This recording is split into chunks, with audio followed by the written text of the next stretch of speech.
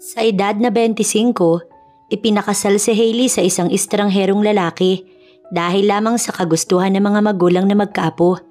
Ang lalaking ito ay walang iba kundi si Derek Aguilar na nakilala niya sa birthday party ng kaibigan. Isang aruganting lalaki, walang modo, feeling gwapo at nakakainis pero walang choice si Hailey. Inisip niyang ituloy na lang ang pagpapakasal sa aruganting lalaki at makipagkasundo na maghiwalay at maging malaya pagkatapos mabigyan ng hinihinging apo ang kanyang magulang. Subalit gano'n na lang ang panghihilakbot ni Hailey sa hindi inaasahang sanggol na dinadala sa kanyang sinapupunan. Hindi lang isa, 2, 3, kundi 6. Paano pa niya magagawang iwan ng damuhong asawa kung napakaraming punla ang ibinaon sa kanyang matres? Si Hailey ay 25 years old, graduate ng kursong visual arts, may sariling butik kung saan nakatambak ang kanyang mga obra at halos dito niya iginugugol ang kanyang maghapon. Ang totoo'y hindi niya na kailangan pang magpakahirap sa pagtatrabaho dahil mayaman ang pamilyang Tauson mula sa kanilang kanununuan. Ang kanyang pumanaw na abuelo ay may malawak na lupain sa Batangas, Quezon Province at Tarlac na pinagkakakitaan ng kanyang ama. Hinati sa 3 ang kayamanan ng abuelo at napunta sa kanyang ama ang lupain sa Quezon. Doon ay meron silang rest house at may sariling resort na kumikita ng malaki kaya hindi niya kailangang kumayod katulad ng ilan na bibilang siya sa mayamang pamilya. Gayunman sa edad niyang ito ay kumikita na siya sa pamamagitan ng kanyang mga paintings. Ibinibenta niya ito sa ibang bansa dahil kapag dito sa Pinas, binabarat yun. Last year ay sumali siya sa isang paligsahan sa US at tinanghal siyang champion. Dahil dito, milyon ang kinita niya plus nag-enjoy pa siya kasama ang kanyang PA na si Maggie. Day, Hailey, bangon na dali. Kay naag-amahan ug inahin nimo. Boses iyon na parang sirena ni Maggie isang umaga. Nasa loob ito ng kwarto niya at inaalog siya. Dumilat ang mata ng dalaga upang tignan ang oras. 8 o'clock in the morning. Almost 2 a.m. na siyang nakatulog kagabi dahil sumasakit ang kanyang sikmura sa daming kape na nilaklak nung hapon. Coffee is life, eka nga, at kapag walang kape sa bahay, nag-aaway sila ni Maggie. Wala din siyang pinipiling oras. Ano ba ang aga-aga? Reklamo ni Hailey sa pag-aalog nito sa kanya. Giignan na bitawti ka na undangi ng kape nimo. Inigabi kay dili jud kakatulgan ana. Saad nito na ginamit ang sariling lingwahe. Sa tagal niyang kasama si Maggie, ay nasanay na lang siya at naiintindihan na nga rin niya ang wikang Cebuano. Ang sabi nito, tigilan niya ng magkape dahil nahihirapan siyang matulog sa gabi. Pero ang tugon niya, isang matinding irap at sa halip na bumangon, nagtakip pa siya ng unan sa mukha niya. Madalas kapag madaling araw na siyang nakakatulog, ay hapon na ang kanyang gising. Istorbo ito para sa kanya. Ano ba day Hailey? Pagdali kay naglagot na imong ginikanan. Inis at halos buhati na siya ni Maggie. Daig niya pa ang lasing na itinayo nito at pinagtulakan sa banyo. Naramdaman na lamang niya ang malamig na tubig na umagos sa kanyang katawan mula sa shower. Dito tila nagising ang kanyang diwa, kasabay ang pag-usok ng ilong niya. Maggie naman ni nakakainis. Bulyaw niya sa kanyang PA or maid/yaya. Pero ang bruha, tinawanan lang siya bago iniwan. Panigurado nga daw sa ginawa nito ay magigising na siya ng tuluyan. Good morning Mom, Dad. Nakangiti at fresh na siya nang lumabas ng kanyang silid. Bungalow lamang ang kanyang unit at may 3 kwarto. Isa sa kanyang personal maid, isa sa kanya at ang isang kwarto ay tambakan ng kanyang kagamitan sa pagpipainting at madalas doon siya inuumaga. Umirap sa kanya ang malditang ina pero nakipagbeso sa kanya. Almost 30 minutes na kami nag-aantay ng dad mo, Hailey. Reklamo nito sa kanya. Napakamot siya sa batok. Sabi nga ni Maggie. Tugon naman niya. At buong linggo hindi ka man lang dumalo sa amin ng dad mo. Ano bang pinagkakaabalahan mo? Halatang iritable pa rin ang kanyang ina. Ma'am, may pinaghahandaan ako. Nag-iinsayo para sa nalalapit na camp visual art training sa Brunei. Kapag nanalo ko malaking karangalan yun. Abot tenga ang ngiti niya bago nilapitan at nilambing ang kanyang ina. Pero hindi yan ang nais namin ng dad mo para sa'yo, Hailey. Iha, wala ka bang napapansin sa sarili mo? Iritang tanong nito na hindi umubra ang paglalambing niya. Ang ama niya ay tahimik lamang at nakatingin sa kanila. Hindi ito makasingit sa kanilang mag-ina. Wala naman ma'am, ano po ba yun?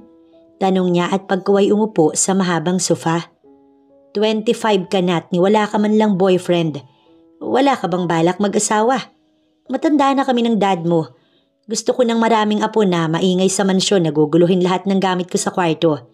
Ng mga display ko sa sala. Something like that. Talak pa rin ng kanyang mami.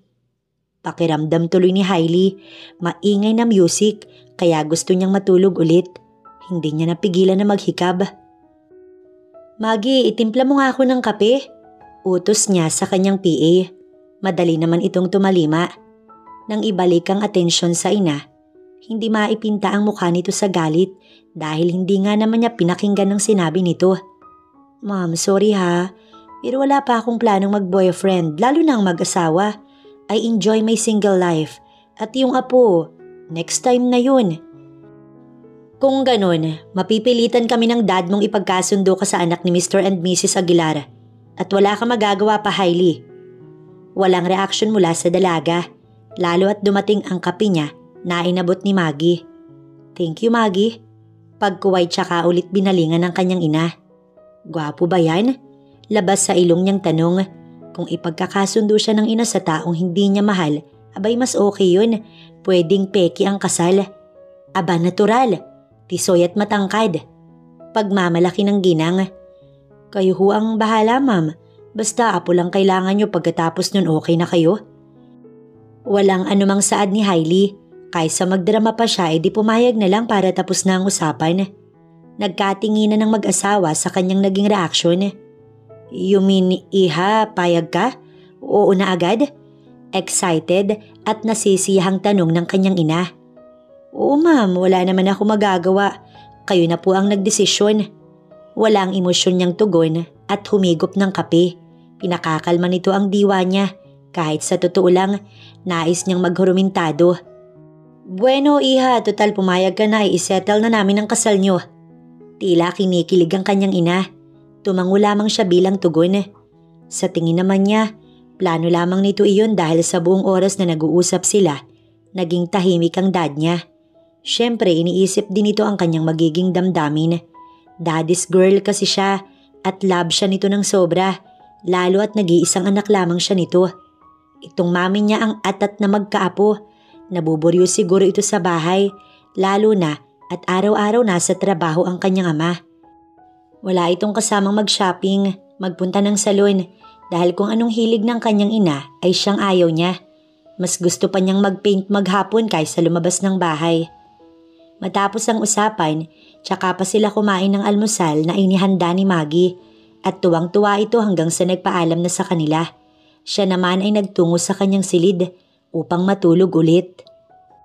Are you sure? Bagay sa akin? Tanong ni Hailey kay Maggie. Nasa harapan ng full-size mirror ang dalaga at sinisipat ang kanyang kabuuan.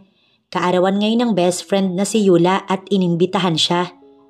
Bagaman walang ganang magtungo sa mga ganoong klaseng event, ay hindi naman niya pwedeng tanggihan ng kaibigan. Tiyak na sasama ang loob nito sa kanya. Bagay sa'yo, in fairness, mas maganda ka ata sa akin ngayon. Palatak ni Maggie. Tulad niya ay nakabihis na rin ito. Kapwa sila nakasuot ng dress na binili kanina sa mall. Naka-makeup na si Maggie at siya naman naglagay lamang ng manipis na lipstick, pero itong si Maggie ay may papilantik pa ng pilik.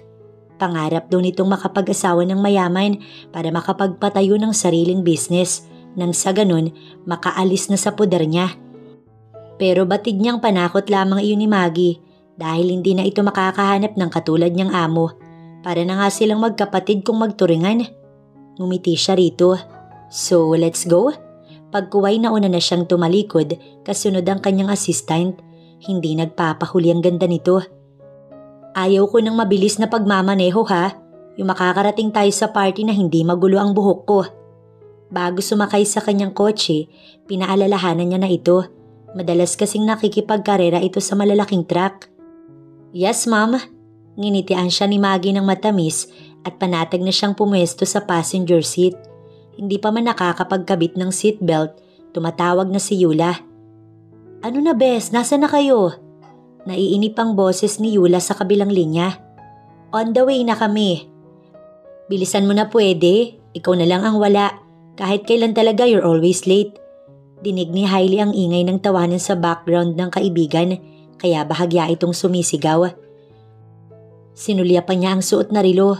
Maaga pa kung tutuusin, 9:00 pa lamang iyon. Okay, malapit na kami. Pagsisinungaling niya, kahit heto, malapagong ang usad ng sasakyan dahil sa rush hour. Hay, salamat naman. Kay aga-aga ko sinabi sa'yo, late ka na nag-prepare. Ina-expect kita ng mas maaga. Pagtatampo nito. Okay, babawi ako. Ganto na lang. Sasayaw ako mamaya sa harapan mo kahit parehong kaliwa ang paa ko. Pambawi. Aniyang natatawa sa sariling sinabi.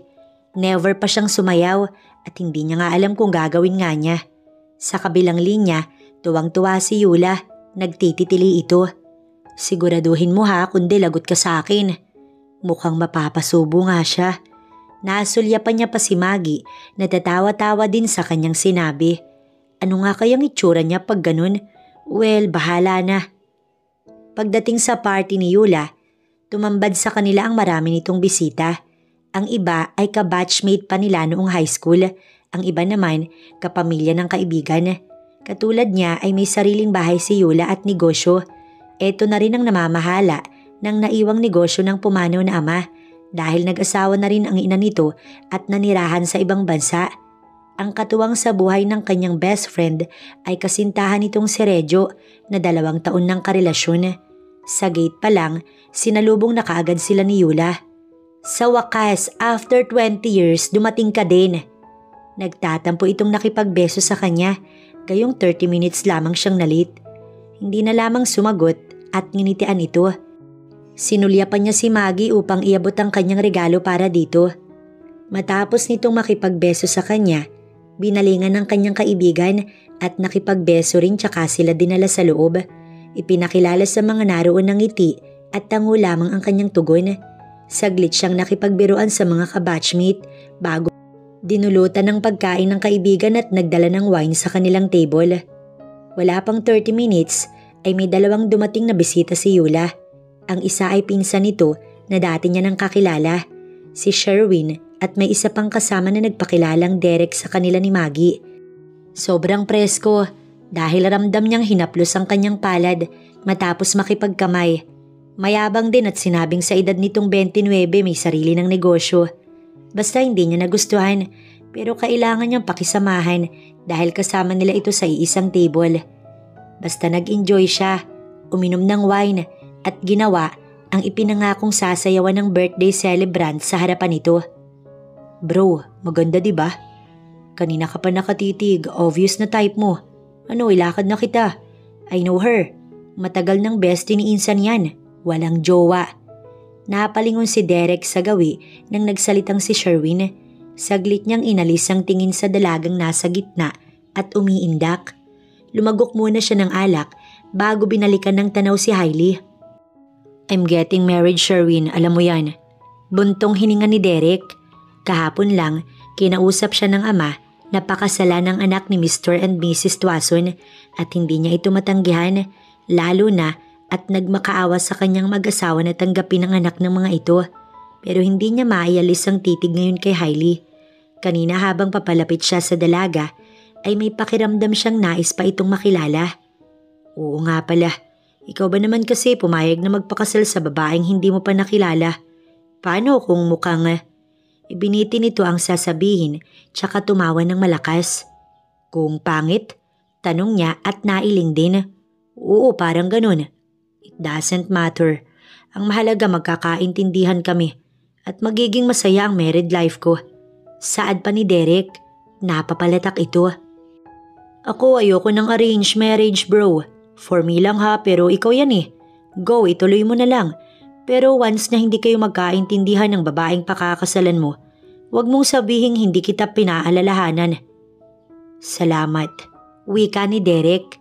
Kalaunan, nagtatawanan sina Yula at Hailey kasama si Maggie na palapit sa kanila.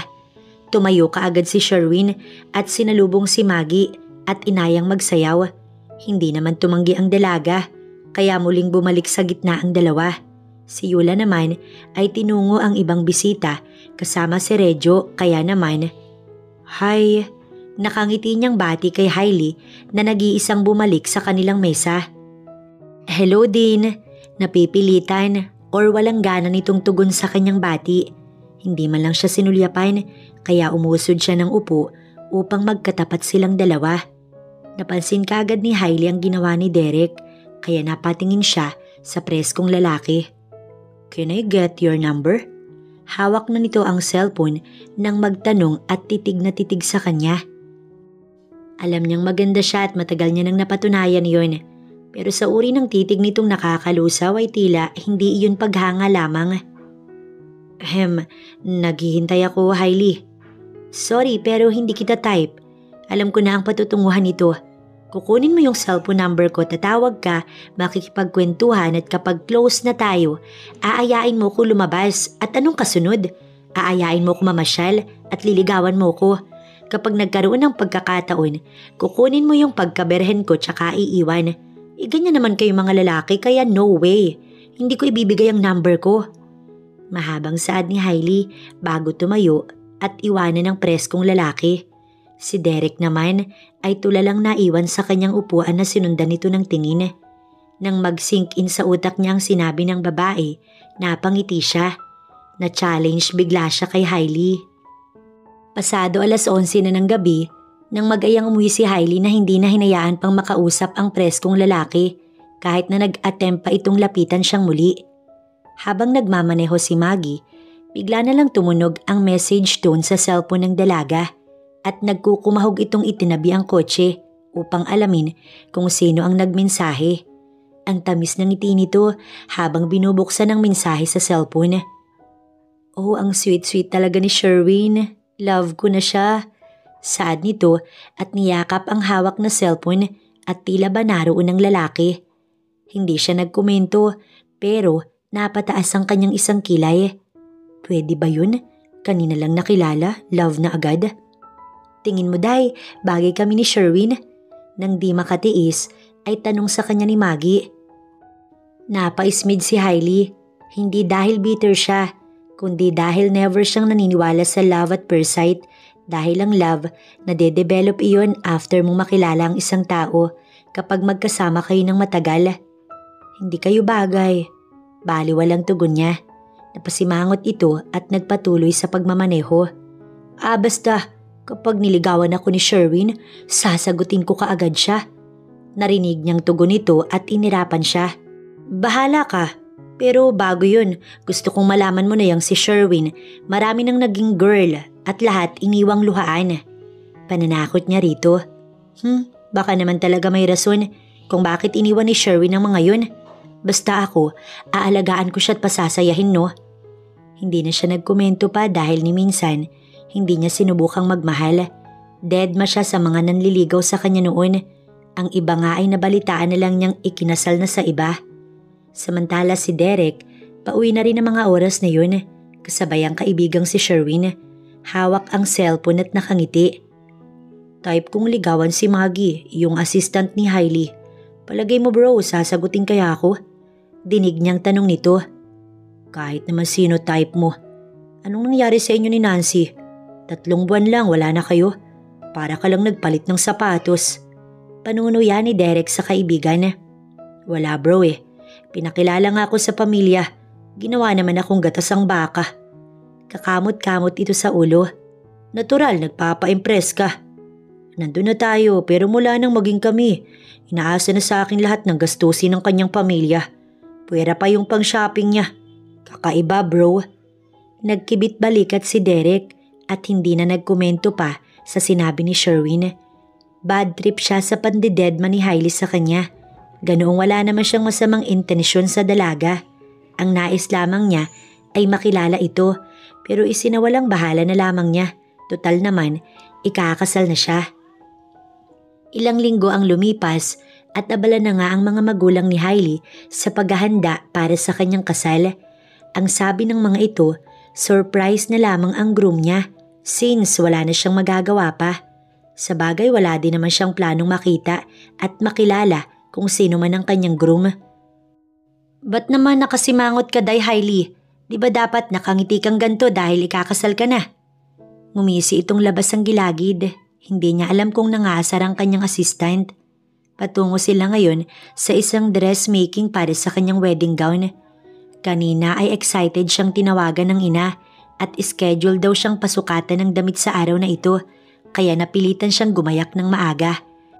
Inaasahan naman niyang darating sa puntong ganito. Pwede ba, Maggie, tigilan mo ko? Hindi kaya nakakatuwa. Simangot niya at yamot na inayos ang pagkakaupo sa tabi nito. Pinasasaya lang kita, Day Hailey. Nakalukot kasi ang maganda mong muka. Pwede namang tumakas sa kasal niyo ni Mr. Stranger kung ayaw mong maikasal sa kanya. Mamaya pangit pala yun. Tumatawa pa nitong Saad. Gusto ko nalang matapos tumagi para wala na akong iisipin pa. Sa bagay, pero alam mo, palagay ko lang ha, or malakas ang kutob. Gwapo ang groom to be mo. Bukod pa dun mayaman ang pamilyang Aguilar. Bali-balita na ang nag-iisang anak nito ay never pa ding nagkaroon ng GF. Paano mo naman nalaman kung ako nga walang ideya sa lalaking yun? Nilingon niya ito at inirapan, subalit halos mangusangos siya sa unahan ng kotse dahil biglang nagpreno si Maggie. Sa inis ay nahampas niya ito. Sinabi ko naman sa'yo, di ba mag-iingat ka? Sigaw niya sa babae. Pakiramdam niya na bukulan ng kanyang noo. Pasensya na, bigla kasing may nag-overtake. Nakita mo yun? Itinuro pa ni Maggie ang lalaking sakay ng motor na wala man lang suot na helmet na mabilis nagpaharurot palayo at nakilala niya ang preskong lalaki sa birthday party ni Yula. Nagngingit-ngit bigla sa galit si Hailey sa mayabang na lalaki. Sundan mo at wag mong titigilan hanggat hindi mo naabutan. Lagot sa akin ang lalaking yon. Inis niyang utos. Agad namang sumunod ang babae. Kitang-kita niya ang paglingon sa kanila nito na tila nangaasar. At ang mayabang na lalaki, huminto pa saglit sa may unahan na para bang inaantay maabutan nila. Nakangisi pa itong nangaasar, nakilala na marahil sila. Lalong binilisan ni Maggie ang pagpapatakbo hanggang sa konting-konti na lang maaabutan na nila ito. Hailey, nasan ka na ba? Kanina pa ako nag-aantay dito. Galit ang boses ng ma'am niya sa kabilang linya na biglaan na lang tumawag sa kanya. Nasa dress shop na pala ito. Sakto namang sumuot ang hinahabol nilang motor sa isang iskinita, kaya hindi na nila nahabol. Okay ma'am, malapit na. Tugon niya sa ina na nagsinungaling. I give you 5 minutes, kapag hindi ka pa dumating, masisira ang wedding plan ko. May iba pa tayong lalakarin, alam mo yan. Exaggerated nitong Saad. Nailayo niya ang cellphone sa kanyang tenga dahil sa lakas ng boses nito. Okay ma'am, nakangiwing tugon ni Hailey at pinatayan ito ng linya. Paano ba yan, Day Hailey? Hindi natin naabutan. Problemado't napapakamot sa ulo si Maggie. Hayaan mo na, dumiretso na tayo sa dress shop. Galit na si Mami. Sumunod naman kaagad si Maggie. Hindi nga nagkamali si Derek na si Hailey ang lula ng puting sasakyan na nasa unahan niya kanina. Kaya pala pamilyar.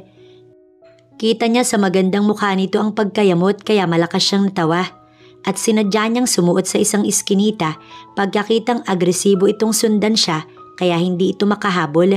Nilingon pa niya ang sasakyan ng dalaga at kasalukuyan ng paatras. Marahil ay sumuko na ito sa paghabol. Mabilis naman niyang sinundan ng babae upang alamin kung saan ito patungo.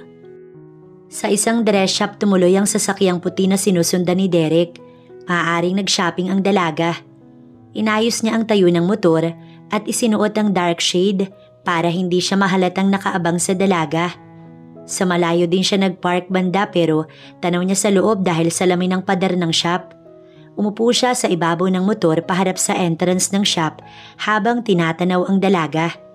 Hello Pogi, bati sa kanya nang napadaang bading. Halata iyon dahil malaki ang muscles pati binti. Hindi niya pinansin ang bading at saglit lamang tinapunan ng tingin, rason para mawala sa paningin niya si Hailey. Kanina kasi ay tumitingin ito ng damit habang kausap ang isang pamilyar na ginang. Parang nakita niya na iyon sa office ng kanyang ama. Napatayo na siya at nagpa siyang pumasok sa shop. Magkukunwari siyang bibili ng damit. Patawid na sana siya nang bulabugin ng tawag sa cellphone. Napapikit si Derek nang makitang numero iyon ng ina. Yes ma'am, tamad niyang inangat ang linya. Derek, nasan ka na ba? I've been waiting for almost 2 hours. Galit nitong wika. May usapan nga pala sila ng ina na magkikita sa isang shop at ngayon ang araw na susukatan siya ng damit para sa kasal. Napabuntong hininga si Derek, parang gusto na lang niyang umatras sa kasal na yun. Iba kasi talaga ang nararamdaman niya kay Hailey. Ang lakas ng dating nito sa kanya. Subalit nakauo na siya sa kanyang magulang. Panigurado sasama ang loob ng kanyang ina. Oras na umayaw siya kaya sa halip na tumuloy sa loob ng shop, tinungo ang kanyang inang nag-aantay sa kanya. 3 oras ang lumipas at tapos nang sukatan si Hailey para sa napiling simple gown. Pagkatapos ay nag-ayang kumain sa labas ang kanyang ina. Mahahalatang mas excited ito kaysa sa kanya para sa nalalapit niyang kasal, samantalang siya'y parang wala lang. Maraming pagkakataon pa siyang tinanong kung talagang gusto niya ang desisyon ng mga ito para sa kanya na magpakasal sa lalaking hindi niya pa nakilala man lang. Ang sagot niya, kung may choice nga ba siya. Hindi ka naman magsisisi, iha. Derek is a good man. Ang mahalaga sa amin ng dad mo ang lalaking nararapat para sa'yo. Kahit pamilyar ang pangalang binanggit nito sa kanya, ay hindi niya binigyan ng pansin. Wala talaga siyang pakailam or alamin kung sino man ang lalaking pakakasalan niya. Ganito pala ang pakiramdam ng ikakasal sa isang lalaking hindi mo mahal. Walang excitement na nararamdaman. Day Hailey, kapag ba kinasal ka na, tatanggalin mo na ba ako sa buhay mo? Iiwan mo ba yung shop? Malungkot na tanong ni Maggie sa kanya habang pauwi na sila. Abala ito sa pagmamaneho. Ikakasal ako, Maggie, pero walang magbabago. Siyempre, titira ka na sa bahay ng mapapangasawa mo. Paano naman ako? Parang maiiyak na tanong ni Maggie. Akala ko ba gusto mo nang umalis sa poder ko? Panunuya niya. Oo, pero siyempre hindi pa ngayon. Hindi pa nga nag-first move si Sherwin. Magdamag halos kami nag-uusap, pero getting to know each other pa lang. Tsaka may trauma na siya sa ex niya na pinirahan siya. Kaya ayun, parang nahiya na ako sa sarili ko. Nagkakandang nguso nitong side. Ang lakas tuloy ng tawa niya, kaya ito'y napasimangot. Alam mo Maggie, may trabaho ka naman eh. Yung mga kapatid mo may sarili ng pamilya. Kaya just in case na pumasok ka sa isang relasyon, make sure na hindi dahil lang sa pera. Bad shot ang guy pag ganon. Tawag sa'yo gold digger. Mahirap lang kasi ako na nangarap umangat. Gusto ko bago man lang mawala ang mga magulang ko sa mundong to, matikman nila ang marangyang buhay. Tugon ni Maggie. Isa marahil sa nagustuhan niya rito ay ang pagiging mapagmahal sa magulang. Dahil pareha sila, kaya todo support siya kay Maggie at hindi na lang sinisingil ang mga cash advance nito kapag wala pang sahod. At kaya siya pumayag na magpakasal sa lalaking hindi mahal or hindi man lang nakikita sapagkat mahal niya ang mga magulang at nais pagbigyan sa hinihinging apo. Magtiwala ka sa sarili mong kakayahan. Trust me, maaabot mo yung mga minimithi mo sa buhay. Payo na lang niya kay Maggie. Nilingon siya nito't ngumiti bago nagpasalamat sa kanya. Pagdating nila sa shop ay katuwang silang naglinis ni Maggie. May halos 200 obra siya sa loob at lahat yun nakadisplay sa iba't ibang anggulo. Kapag nakikita niya ang kanyang mga obra, nakakalimot siya saglit na tila ba nasa loob siya ng kanyang mga kanva. Ito ang kanyang kasiyahan. Dito siya masaya kahit na ba parang nahihirapan siya at may pinagdadaanan. Nare-relax din ang kanyang utak. Hindi nga niya namamalayang hapon na pala at oras na naman para umuwi. Sa kabilang dako, pauwi na rin si Derek galing sa office nang may tumawag. Dito siya tumuloy kanina pagkagaling niya sa isang shop kung saan nakipagkita ang ina. Saglit lang naman siya doon at sinukatan lamang para sa isusuot niya sa kasal. Hello bro, Aniya, nang iangat ang linya matapos isuot ang earpiece. Lalabas kami ni Maggie mamaya, sama ka? Para double date tayo, di ba? Type mo yung boss ni Maggie? Nag-iingganyong boses ni Sherwin. Alam niya kung sino ang tinutukoy nito, si Hailey yun. Pag-iisipan ko, hindi naman tayo sure kung sasama si Hailey. Ayun, tama, Hailey nga ang pangalan. Sakto at dadaanan ko siya sa shop nila. If gusto mong sumama, doon na tayo mismo magkita-kita, okay? I'll send you the address. Hindi pa man siya nakakapagsalita, pinatay na nito ang linya. Nais pa sana ni Derek tumanggi. Ang kaso, naisip niya si Hailey. Kaya naman nang ma-receive ang address sa shop ng babae, mabilis niyang tinungo ang lugar. Pagdating niya sa naturang address, sakto namang pagdating ni Sherwin. Nagpark muna siya sa malayo at tinatanaw ang marahang pagbaba ni Sherwin sa kotse. Nakaabang naman si Maggie sa pinto at nakangiting sinalubong si Sherwin. Tigilan mo ko, Maggie, ayoko. Tanggi ni Hailey sa pamimilit ni Maggie na sumama sa date ng dalawa. Napasulyap ito sa katabing lalaki at mababasang nag-uusap sa mga mata ang dalawa. Kalaunan, napatingin sa kanya si Sherwin. Tinaasan niya ito ng kilay. Hindi niya gustong maagang kumirengkeng si Maggie, pero wala naman siyang magagawa, kaya si Sherwin ang kakausapin niya. Hoy lalaki, eto lang ang masasabi ko sa'yo. Huwag mong bubuntisin tong assistant ko hanggat hindi mo pa napapakasalan. Ako ang makakalaban mo. Aniya sa seryosong boses. Dinaig niya pa ang ina ni Maggie. Napalunok ito. Kilala kitang playboy kaya binabalaan kita, Sherwin. Virgin pa yan. Walang pakundangan niyang saad, kaya kapwa napapakamot sa ulo ang dalawa at tumalilis na lang ng alis kaysa pilitin pa siyang sumama. Baka hindi pa nga daw matuloy ang date ng mga ito. Siya naman ay isinara ang shop at nagdesisyon na ring umuwi. Patungo na sana siya sa nakapark niyang sasakyan nang may kotseng huminto sa tapat niya at agad na nagbuzzer. Kasabay nun ay ang pagbukas ng bintana ng kotse. Hi Hailey. Suwabe ang boses ng lalaking lula ng sasakyan. Boses pa lang, gwapo na. Pero ganun na lang ang paglukot ng mukha niya nang makilala ang lalaki. Walang iba kundi ang preskong si Derek, ang kinaiinisan niyang lalaki sa buong universe. Anong ginagawa mo dito, lalaking kabuti? Pinamiwangan ni Hailey ang preskong lalaki. Hindi niya talaga maintindihan kung bakit kumukulo ang dugo niya sa tuwing ito ay makikita. Tumikhim naman ang binata.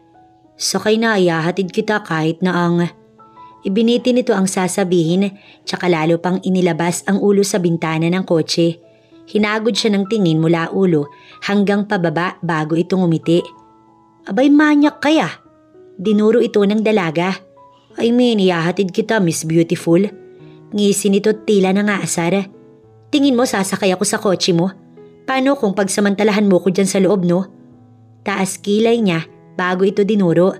Hoy, Mr. Asungot, umalis ka na bago ka pa masaktan. Patuloy niyang pagtataray. Mahinang natawa si Derek.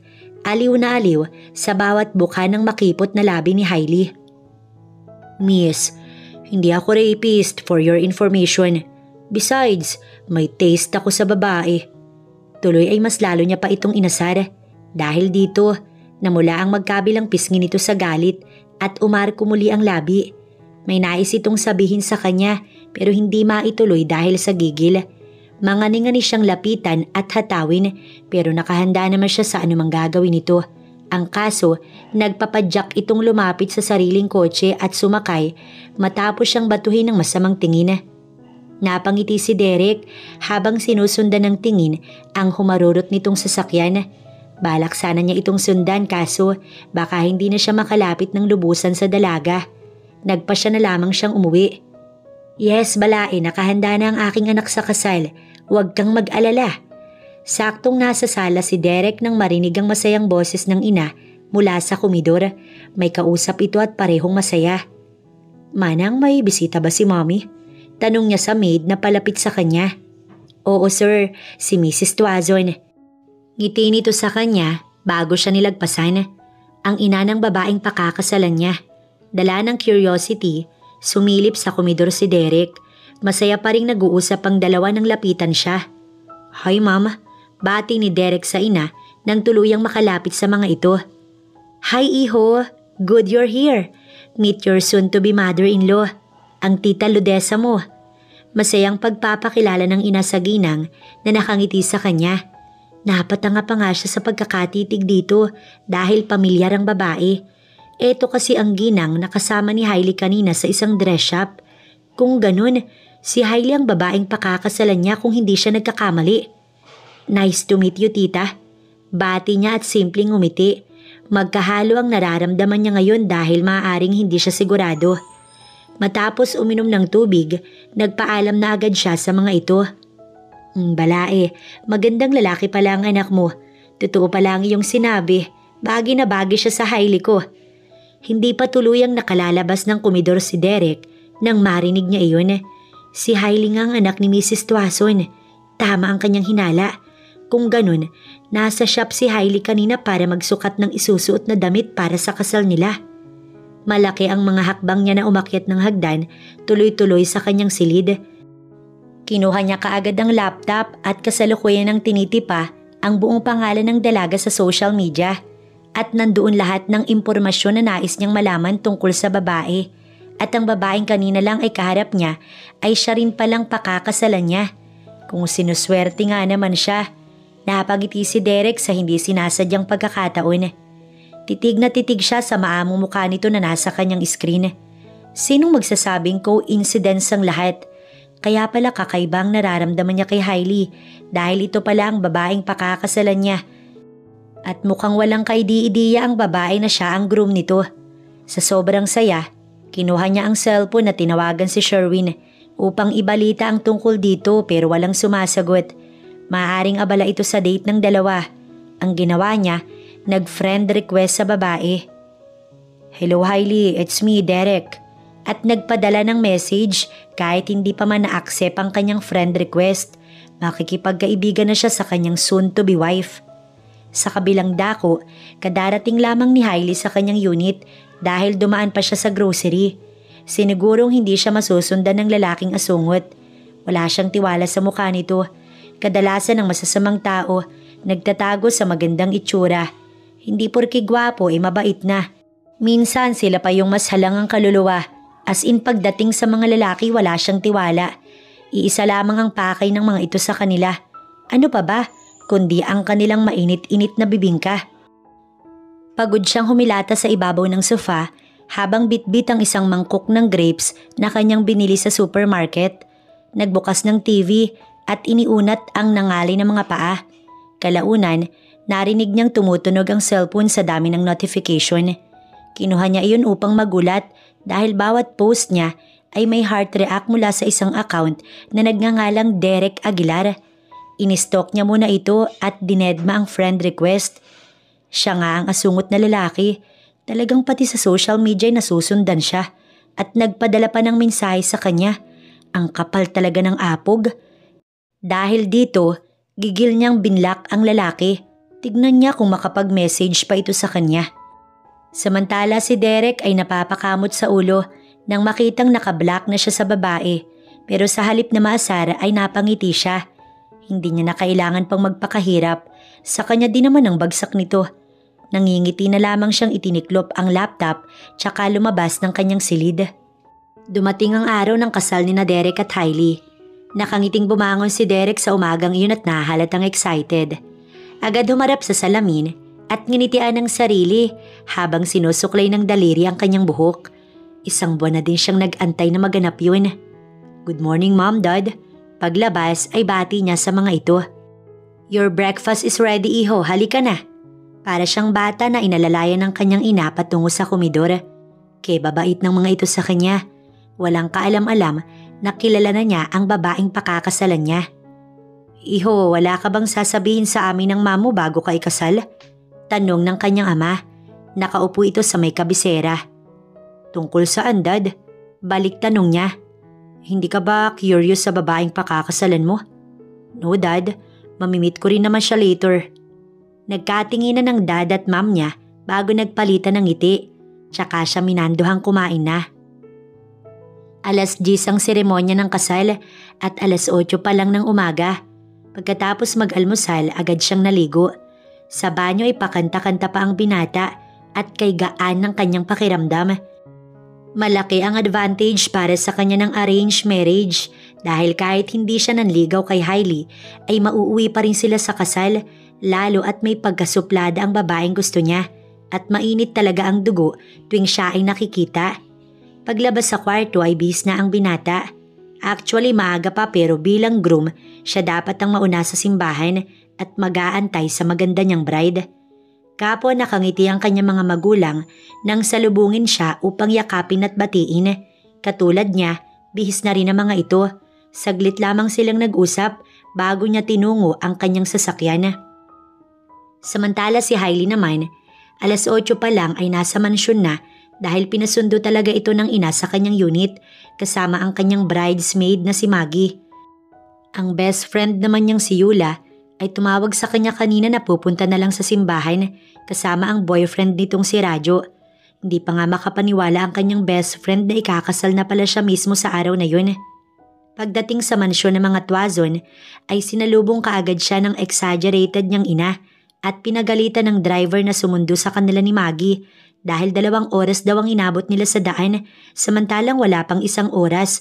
Over lang talaga makapag-react ang mom niya. Mas excited pa ito sa kanya. Bilisan ng kilos at nakakahiya sa groom. Naghihintay na sa simbahan. Sigaw nito sa kanyang hairstylist at makeup artist. Napansin niyang mas bumilis ang kilos ng mga ito pagkatapos madaliin ng kanyang ina. Habang binibihisan ay nakamata din ito sa kanyang harapan. May photographer na panay kuha sa kanila ng larawan. Nang tuluyan niyang maisuot ang kanyang wedding gown, tsaka pa lamang ngumiti at tila nakahinga ng malalim ang kanyang ina. Anak, napakaganda mo. Puno ng paghanga nitong Saad at mahinhin siyang niyakap. Satisfied namang nakatingin din sa kanya ang baklang makeup artist at ang mga kasama nito. Salamat, ma'am. Hindi niya alam kung para saan ang pasasalamat niyang yun, gayong hindi siya masaya sa araw ng kanyang kasal. Pawang nakangiti sa kanya ang ibang nasa loob ng bahay. Ganon din ang kanyang ama na bagaman tutol sa arranged marriage na yun ay nakangiti na rin sa kanya na lumapit upang siya yakapin. Anak, alam kong hindi ka masaya sa araw na ito dahil hindi mo mahal ang lalaking pakakasalan mo. Ganon pa man, tandaan mong mahal ka namin ng mami mo. Madamdaming wika ng kanyang ama habang yakap siya at hinahaplos ang likod niya. Ramdam naman niya sa haplos nito ang pagmamahal na tinutukoy ng ama. May gusto sana siyang sabihin, ngunit naisip niyang wag na lang, total naman ay wala ng silbi. Habang nakasakay sa kanyang bridal car patungo sa simbahan, tsaka lamang siya nakadama ng kaba na para bang nais niyang umatras sa kasal na yun. Pagdating niya ng simbahan, inulan na naman siya ng kislap ng kamera. Sinalubong siya ni Maggie na siyang umaalalay sa mahabang suot na gown. Ang bride, dumating na! Narinig ni Derek ang sigaw ng ibang bisita, kaya nakahinga siya ng maluwag. Halos kalahating oras din siyang nag-intay at naiinip na siya. Nasulyapan niya ang ama at ina na nag-thumbs up bago ngumiti. Lumabas ang mga ito upang salubungin ang kanyang mapapangasawa. Ang mga bisita hindi maiwasang lumingon sa labas at nagbabaka sakaling makita ang kanyang bride. Congrats, iha! Sinalubong ng bati si Hailey ng kanyang mga biyanan.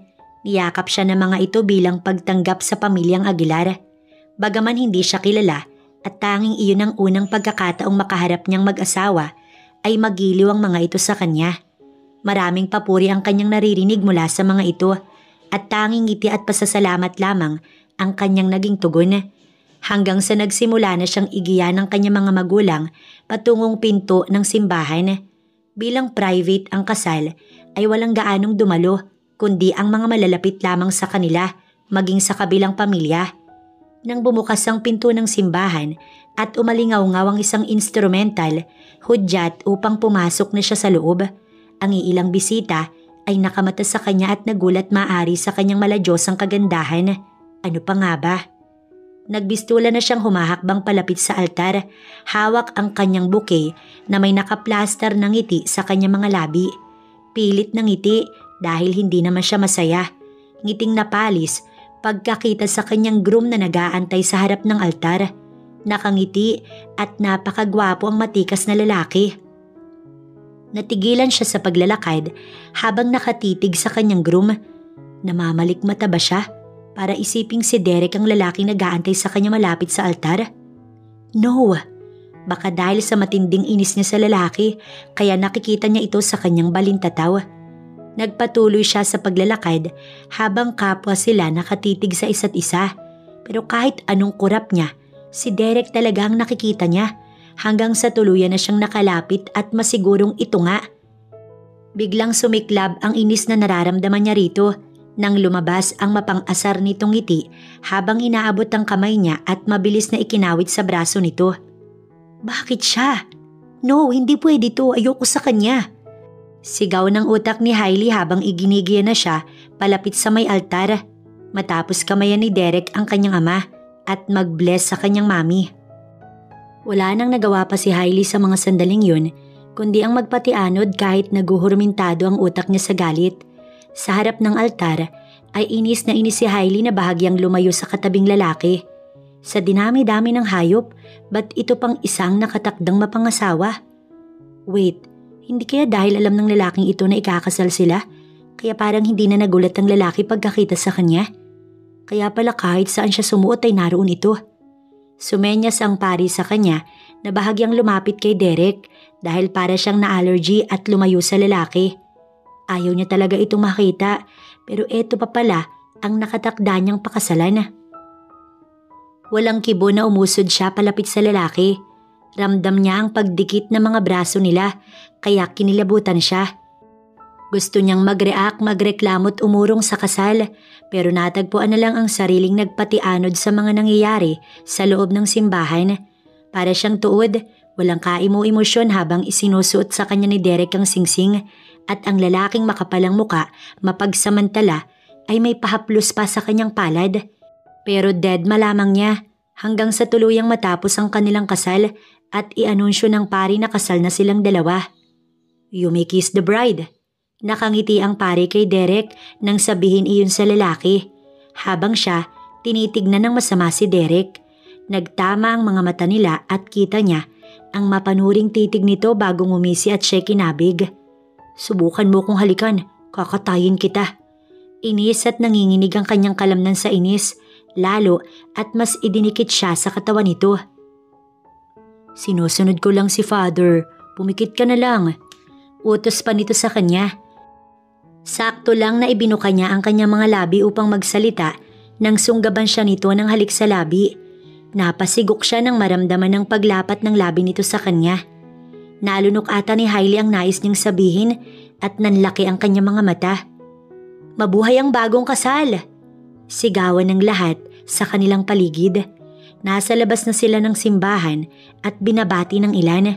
Ang cute nga daw nilang couple, naririnig niya mula sa iilang bisita ng kabilang pamilya.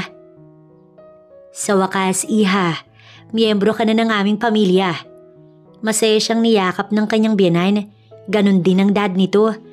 Kahit papaano'y pinakitaan niya ito ng maayos, kahit na ayaw niya sa anak ng dalawa. Ba't ganun? Kung anong ikinabait ng mag-asawang Aguilar, siya namang sama ng ugali ni Derek. Paano naman niya bibigyan ng apo ang kanyang mga magulang kung kaaway niya pala ang lalaking ito? Congrats, Bes! Imagine, si Derek lang pala ang destiny mo. Natatawa si Yula sa sinabi nito.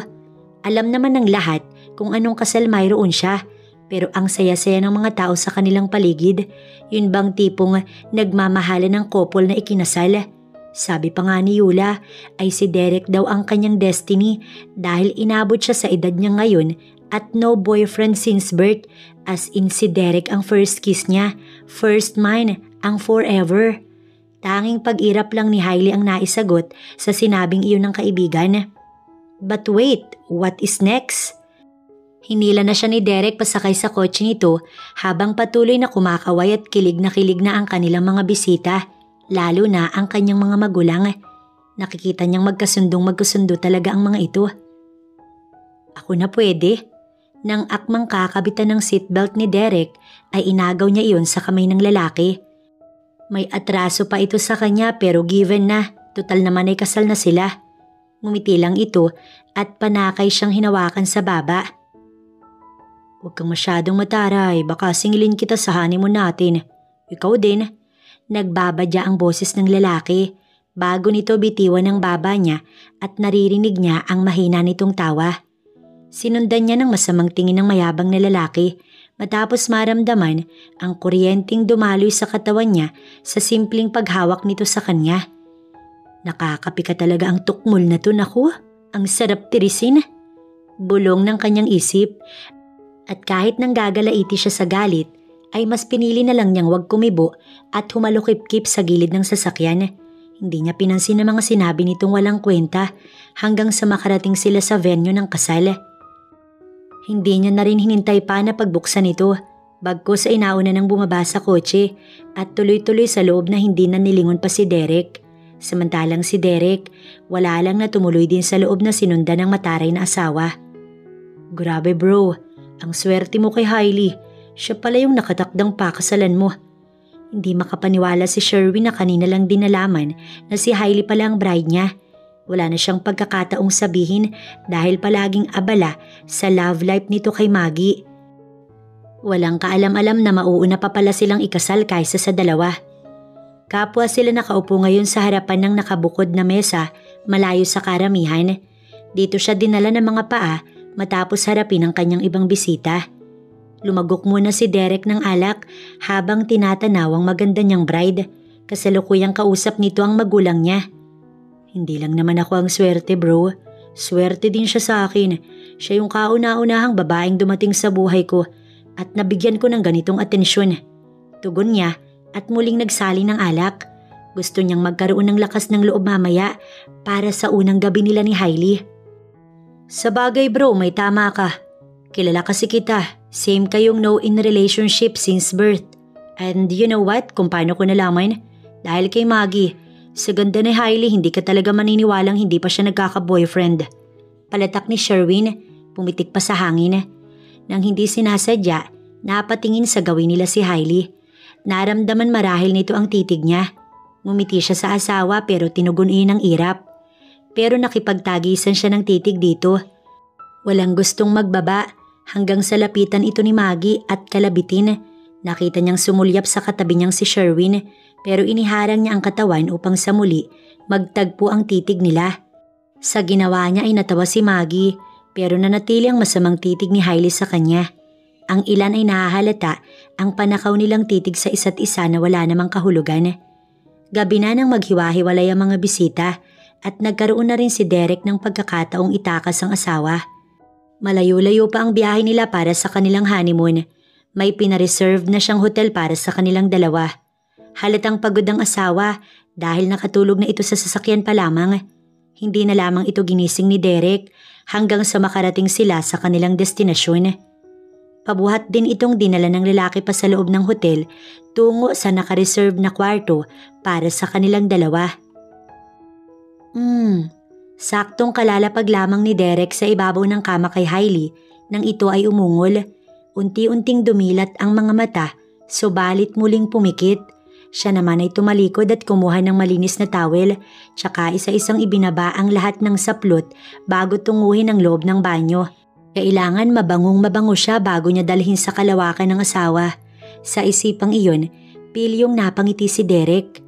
Nang makapasok ang lalaki, tuluyang nagising si Hailey. Nagulat siya nang mapansing nasa ibabaw na siya ng kama. Kinapa niya ang sarili kung may nagbago ba. Mabuti naman at hindi siya ginalaw ng lalaking yun. Pero naisip niyang may karapatan nga pala itong galawin siya dahil kasal na sila at kailangan niyang ibigay ang sarili sa asawa para sila ay makabuo at mabigyan niya ng apo ang ina nang sa gayon pwede na silang maghiwalay ng lalaking ito. Bumangon si Hailey ng dahan-dahan. Nakasuot pa rin pala siya ng gown na ang ibig sabihin walang ginawang masama ang kanyang asawa. Agad siyang nagbihis ng damit pagkakita sa isang paper bag na nasa ibabaw ng kama. Talagang pinaghandaan ng lalaki ang araw na yun. Tsaka siya lumabas ng kwarto. Halos 1 oras sa ilalim ng shower si Derek bago lumabas ng kwarto na nakabalabal lamang ng towel ang kalahating parte ng kanyang katawan. Subalit wala si Hailey sa ibabaw ng kama. Nasaan ang kanyang asawa? Iniwan niya lamang itong nakahiga kanina. Ba't ngayon ay wala na? Nagkukumahog siyang nagbihis sa pag-aalala sa asawa. Baka tinakasan na siya nito at umuwi na ng Maynila. Hahabulin niya ito. Hindi pa nga siya nakaka-first base. Hindi pwede yun. Pagbukas niya ng pinto, sakto namang papasok na ng kwarto nila si Hailey at may bitbit na supot, suot na ang damit na ipinabili niya sa staff ng hotel. Hailey, niluwagan niya agad ang pagkakabukas ng pintuan. Kala ko tinakasan mo na ako sa honeymoon natin. Abot tenga ang ngisi niyang inabot ang bitbit nitong plastik. Sinilip niya pa ang laman at root beer iyon. Nagpatiuna ito sa loob at kumuha ng malinis na towel tsaka pumasok ng banyo. Nakikinikinita niya na ang mangyayari mamaya paglabas nito. Tuloy ay na-e-excite siya. Paglabas nito ng banyo ay halatang naligo na rin ang babae. Suot ang damit kanina nang pumasok ito sa loob ng banyo at nakabalot ang mahabang buhok. Pagkuway lumapit sa side table kung saan niya pinatong ang binili nitong root beer. Kung nagugutom ka, pwede akong mag-order ng pagkain. Kausap niya sa babae. Bago ang lahat, Derek, gusto ko lang linawin sa'yo. Hindi kita gusto at lalong hindi kita magugustuhan kahit kailan. Kaya wag kang feeling close. Kaya ko yung sarili ko at hindi ako bata. Ang gusto ko lang pagkatapos kong mabigyan sina ma'am at dad ng apo, makipaghiwalay sa'yo. Mahabang saad nito sa kanya sa mataray na paraan. Sa narinig ay napatikhim siya. Hindi niya na binigyan pa ng pansin ang sinabi nitong makikipaghiwalay dahil matagal pa yun at marami pang mangyayari. Mas naintriga siya sa apo na binanggit nito. Meaning, ipaprocess nila yun sa gabing yun. Okay, I got it my wife. Ngiti niya tsaka lumapit sa asawa. Teka, dyan ka lang, huwag kang lalapit. Duro nito sa kanya at napaatras. Kalma Hailey, wala pa akong ginagawa. Isa pa, gentleman ako. Hindi kita pupwersahin. Hihintayin kong ikaw ang gumapang sa akin palapit. Aniya at tumawa. Masama siya nitong sinulyapan bago inayos ang sarili. Tinanggal ang towel sa ulo at inilugay nito ang mahabang basang buhok. Natigilan siyang nakatitig sa asawa dahil nag-init ang kanyang pakiramdam. Tila nauhaw siya nang napatingin sa labi nito. Kumuha siya ng isang root beer at iyon ay nilaklak. Para bang nawala ang espiritu ng alak na iniinom niya kanina sa venue. Nang lumapit ang asawa, nalanghap niya ang natural nitong bango kaya lalo siyang nag-init. Gusto niya na itong yakapin, halikan at dalhin sa ibabaw ng kama. Hindi niya na malayang nakatatlong lata na pala siya ng root beer kaya nag-order pa siya sa baba. Napansin ni Hailey ang sunod-sunod na lagok ni Derek ng root beer at halos ubusin na nito ang kanyang binili. Sa bagay, hindi naman niya kayang ubusin yun. Hindi niya kasi alam kung handa na ba siya para sa gabing yun, kaya nga bumili siya ng alak. Nang makaramdam ng pangangalay, tinungo niya ang kabilang bahagi ng kwarto. May pinto doon papunta sa teres. Iniwan niya si Derek sa loob at bit-bit ang isang lata ng root beer. Nalanghap niya kaagad ang masarap na simoy ng hangin. Pumesto siya malapit sa railing ng teres at tinanaw ang payapang kalangitan. Kalaunan ay tumunog ang pinto sa kanyang likuran. Hudyat na sinundan siya ni Derek. Napaigtad kaagad siya nang may kamay na pumulupot sa kanyang bewang at si Derek yun. Saglit na parang hindi niya alam ang gagawin. Tatanggalin ba ang palad nito o rahayaan na lamang? Marahan niyang nilingon ng asawa kaya dumampi sa pisngi niya ang mainit nitong labi. Gawin na natin, Hailey. Bumuka ang labi nito kaya humaplos ang mainit na hininga ni Derek sa pagitan ng leeg niya. Init na kumalat sa kanyang katawan. May kiliti siyang naramdaman nang pumisil ang mainit nitong palad sa kanyang bewang. Dagdagan pa ang mabango nitong hininga at tila nalilito siya. Wala pa akong sinabi, Derek. Pwede ba lumayo ka muna sa akin? Nasaan na ba yung sinasabi mong gentleman, Aber?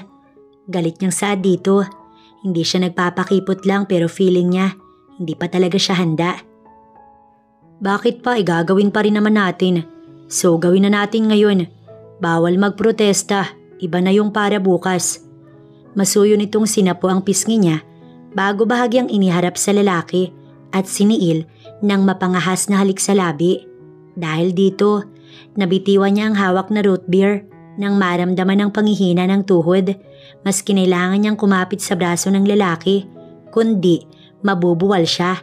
Hindi iyon ang inaasahan niyang magiging reaksyon niya, pero inisip na lamang ni Hailey na kailangan niyang gawin ang unang hakbang para mabigyan ng apo ang kanyang ina. Tuluyan na siyang iniharap ni Derek at mas lalo pang lumalim ang halik nito. Halos mapugto ang kanyang paghinga at nalalasahan niya na ang kakaibang tamis ng labi ng asawa. Basta naramdaman na lang ni Hailey ang marahang paglapat ng kanyang likuran sa malambot na kama at ang pagdagan sa kanya ng mabigat na katawan nito. Tuluyang nakalimot si Hailey nang gumapang ang halik ni Derek sa leeg niya. Pinakikialaman na rin ito ang mga sagabal sa katawan niya. Anong gagawin niya? Ready na ba talaga siyang ibigay ang kanyang kaban sa lalaking ito? Paano naman magkakaapo ang kanyang ina kung hindi siya magpapatusok kay Derek?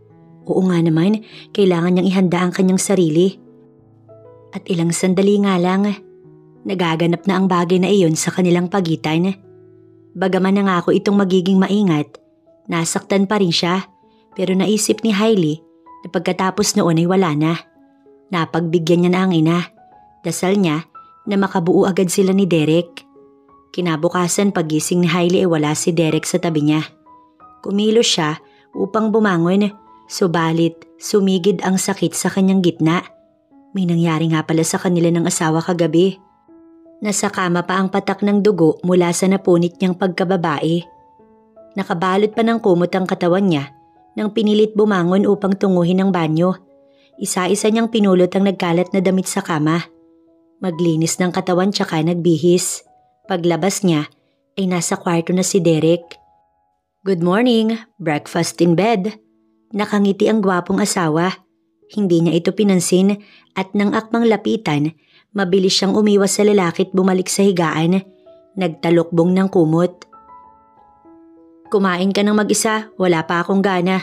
Masakit ang katawan ko.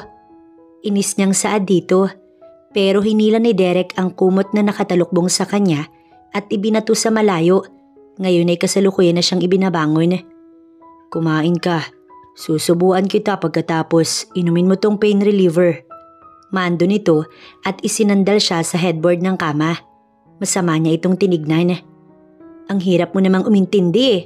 Ayoko ngang kumain. Wala pa akong gana. Isa pa ang aga.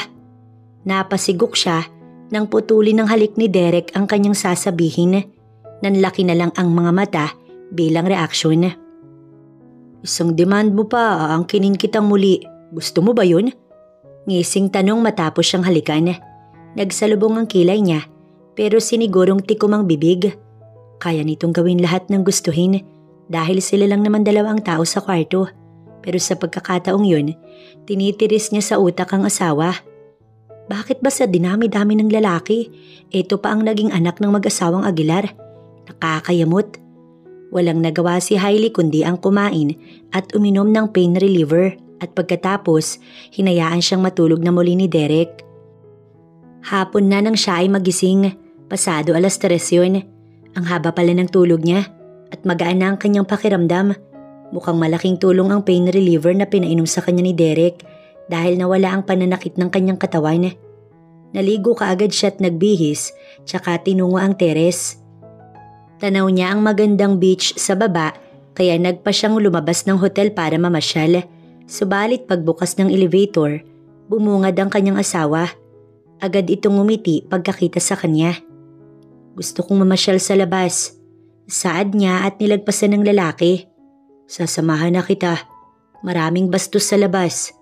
Hinabol siya nito at sabay silang bumaba muli sakay ng elevator pa ground floor ng hotel. Sa buong linggo ng kanilang honeymoon, sinikap ni Derek na nag-enjoy siya. Hindi naman nakakainip kasama ang lalaki. Ang ayaw niya lang ay siyang madalas masunod sa kanilang dalawa. Sana magustuhan mo dito. Habang nililibot ang paningin sa bahay na pinagdalhan sa kanya ng asawa, ay wika ni Derek. After ng kanilang honeymoon, ay dito sila tumuloy at ito na nga ang magiging bagong tirahan niya ngayon, ang bagong mundo niya. Bilang mag-asawa, kailangan nilang magsama hanggang sa makabuo sila ng binhi. Nasaan ang kwarto ko? Tanong niya kay Derek. Correction, kwarto nating dalawa. Pagtatama nito, napi ka siya. Wala sa usapan nilang magsasama sa iisang silid. Hanggang ngayon, hindi pa rin niya consider na asawa na ito. Hindi pwede, Derek. Madalas madaling araw ako matulog. Minsan nga magdamag ako nagpipaint. Ayoko maabala ka. Kailangan kong mag-insayo dahil nalalapit na ang laban ko sa Brunei. Matigas ang boses niyang saad. Napag-uusapan lahat ng bagay, Hailey. At ako bilang asawa mo susuportahan kita sa lahat. at sasama ako sa iyo sa Brunei. Walang anumang sabit hinila siya patungo sa isang kwarto. Binabalaan kita, Derek. Bawal kang ma-inlove sa akin. Alam mo naman siguro na kung hindi dahil sa kagustuhan ni na Ma'am na magkaapo, hindi ako magpapakasal sa iyo. Babala ni Hailey sa asawa. Ako? Mai-inlove? Itinuro nito ang sarili tsaka binitiwan ng kamay niya. Nasa loob na sila ng malawak na kwarto. Bakit? Imposible bang ma-inlove ka sa akin? Maganda ako't sexy, no? Pagmamalaki niya kahit nakadama ng insulto sa tawa nito sa kanya. Okay, fine, tama ka. Pero I wanna make sure na ikaw ang unang mai-inlove sa akin. Ang gwapo ko kaya, nakita mo? Sabay labas ng muscle. Mayroon ba sila nito? Pagmamalaki ni Derek para mapairap siya. Ang yabang, marami na ako nakitang ganyan. Iiling-iling siya na lumayo sa lalaki, pero nilapitan siya nito at kinabig na kanyang ikinagulat. Eto, kaya ba nila? Pagkuway siniil siya ng halik sa labi. Sinimsim nito iyon at bago pa siya makapag-react, sinisid na ni Derek ang kailaliman ng bibig niya at pagkatapos walang anumang iniwan siyang tulala at naghahabol ng hininga. Mapagsamantala, buwisit! Bubulong-bulong si Hailey habang dinadama ang labi at naiinis na gustong hatawin si Derek pero nagtimpi siya. Inabuting lumabas na lang ng silid na yon at baka maka-score pa ito ng wala sa oras. Sa araw na iyon ay inilipat niya lahat ng gamit katuwang nila ang magkasintahang Sherwin at Maggie. Day, gusto ko sanang magpaalam sa'yo pero syempre papasok pa rin ako sa shop. Si Sherwin kasi gusto niya nang magsama kami. Habang nag-aayos ng mga gamit ay sinamantala ni Maggie ang pagkakataon para siya ay makausap. Magsasama ay hindi pa nga kayo na ikakasal? React niya. Napatingin ito sa gawin ni Sherwin na kausap si Derek. Nakabukas kasi ang pinto ng silid kaya tanaw nila ang dalawa. Kasi Day, may nangyari na sa amin. Yung kasal, to be follow na lang. Humahagik-gik ito nang sabihin iyon. Nagpantig ang tenga niya pagkarinig nun at binitiwan ng ginagawa at sinugod si Sherwin sa labas ng silid. Nagulat pa nga ito ng kwelyuhan niya. Pati si Derek ay tila nagulat din. Sabi ko sa'yo diba, wag na wag mong gagalawin tong assistant ko nang hindi pa kayo na ikakasal. Napakamot naman ito sa ulo sa kabila ng pagkagulat. Hailey, mahal ko naman si Maggie. Oo, pakakasalan ko siya. Hindi ko kasi napigilan, sorry na agad. Hingi nitong paumanhin at nag-peace sign. Si Maggie naman ay awat-awat siya sa kamay. Siguraduhin mo lang ha, dahil wala akong tiwala sa inyong mga lalaki. Lalo ka na. Inis niyang saad kay Sherwin bago binitiwan ng kwelyo at ikinalma ang sarili bago bumalik sa kwarto. Sinundan naman siya ni Derek, si Maggie, kinausap ang boyfriend. Padabog niyang isinalansa ng mga gamit sa loob ng kahon na dadalhin nila sa kabilang bahay. Inis pa rin sa ginawa ni Sherwin kay Maggie. Hindi nakatiis si Derek, nilapitan siya ngayon at hawak na nito ang isa niyang palad. Nakakatakot ka namang magalit. Siguro ganyan ka rin magselos kapag nakita mo kung may kasamang babae. Ang sarap siguro sa pakiramdam. Natatawang saad nito habang pinipisil ang kanyang palad. Bakit naman ako magsiselos? Asik niya at binawi ang kamay na hawak nito. Oo nga pala. Wala kang pagseselosan dahil ikaw lang ang dawan ko. Napatingin siya sa gawin ni Derek at nahawas ang ngiti nito. Namalaya na lang niya na unti-unti nang nawawala ang init ng ulo niya kay Sherwin dahil kay Derek. Kumusta na kayo anak? May baby na bang nabuo dyan sa tiyan mo? Nagpa-check up ka na ba? Napangiwi si Hailey sa sunod-sunod na tanong ng kanyang ina at kasabay nun ay napasulyap sa gawin ng katabing asawa. 3 buwan na noon ang lumipas simula nang ikasal sila ni Derek at heto, inimbitahan sila para sa special na hapunan. Yun ay para tanungin siya. Inaasahan na nito marahil na talagang tinrabaho nila ng husto ni Derek ang pagkakaroon ng baby. Pero sa loob ng 3 buwan ay isang beses pa lang may namagitan sa kanilang dalawa dahil hindi na siya nagpagalaw ulit sa lalaki although magkatabi sila sa kama. Wala pa ho mami. Tugon niyang nagbaba ng tingin. Abay, bilis-bilisan niyo, anong petsa na? Paano kayo makakarami niyan? Ako'y naiinip na. Seryosong saad ng kanyang ina habang ang dad niya tahimik lang na kumakain. Derek, iho, dapat ikaw ang mag-first move sa anak ko. Lalo't hindi kayo magkakilala bago ikinasal. Mahiyain kasi itong Yunika iha ko. Nang hindi makatiis, binalingan nito ang katabing asawa na pangiti-ngiti lang. Mahiyain nga po talaga si Hailey, mama. Napansin ko kaagad yun sa kanya noong ikasal kami. Tugon naman kaagad ni Derek, pero may nakakalokong ngiti naman sa labi nito. Alam niyang kabaliktaran iyon sa nais sabihin ng asawa. Wag na wag itong magkakamaling magsalita laban sa kanya. Dahil sa labas ito ng kwarto nila matutulog mamaya. Ang ina niya ay tila ba kinikilig pa sa kanila. Ikaw na ang bahalang magpasensya sa anak ko. At bilis-bilisan nyo lang. Okay, ganito na lang. Ikaw ba anak ay nagkaroon na ng monthly period? Prangkang tanong ng ina. Ma'am naman. Asik niya at namula ang pisngi sa hiya. Naroon pa man din ang dad niya. Talagang pag-uusapan nila yun sa hapag. Tuturuan ko nga kayo kung paano makabuo. Hindi nang ginawa namin ng dad mo, ano ka ba? Natatawa lang ito. Ludesa, hayaan mo nang dumiskarte si Derek pagdating sa bagay na iyan. Ikaw naman ay masyadong nagmamadali. Hindi maiwasang matawa ang kanyang ama. Ramdam ni Hailey ang mainit na titig ni Derek sa kanya. Pero iwas na iwas siyang sulyapan ito. Huwag nitong sasabihin sa kanya na gusto na naman itong makaisa. Ganto na lang para sure iha. Pagkatapos ng buwan ng dalaw mo, magbilang ka ng 7 days pagkatapos, tsaka ka magpagalaw kay Derek. Maniwala ka sa akin, yan ang advice sa amin ng mga doktor. Payo ng kanyang ina. Okay, mami. Sagot na lamang niya para matapos at sa susunod na imbitahan sila nitong mag-dinner, hinding-hindi na siya pupunta. Tiyak pipigain na naman siya nito. Good! Masaya ng tugon ng mom niya at nagpatuloy sa pagkain. Hindi na rin sila nagtagal ni Derek after ng dinner at umuwi na sa bahay. Hindi niya kinakausap ang asawa habang sila ay nasa kotse. Hailey, wait. Pagdating nila sa bahay ay pigil ni Derek sa kanyang kamay. Kailangan bang hawakan ng kamay ko?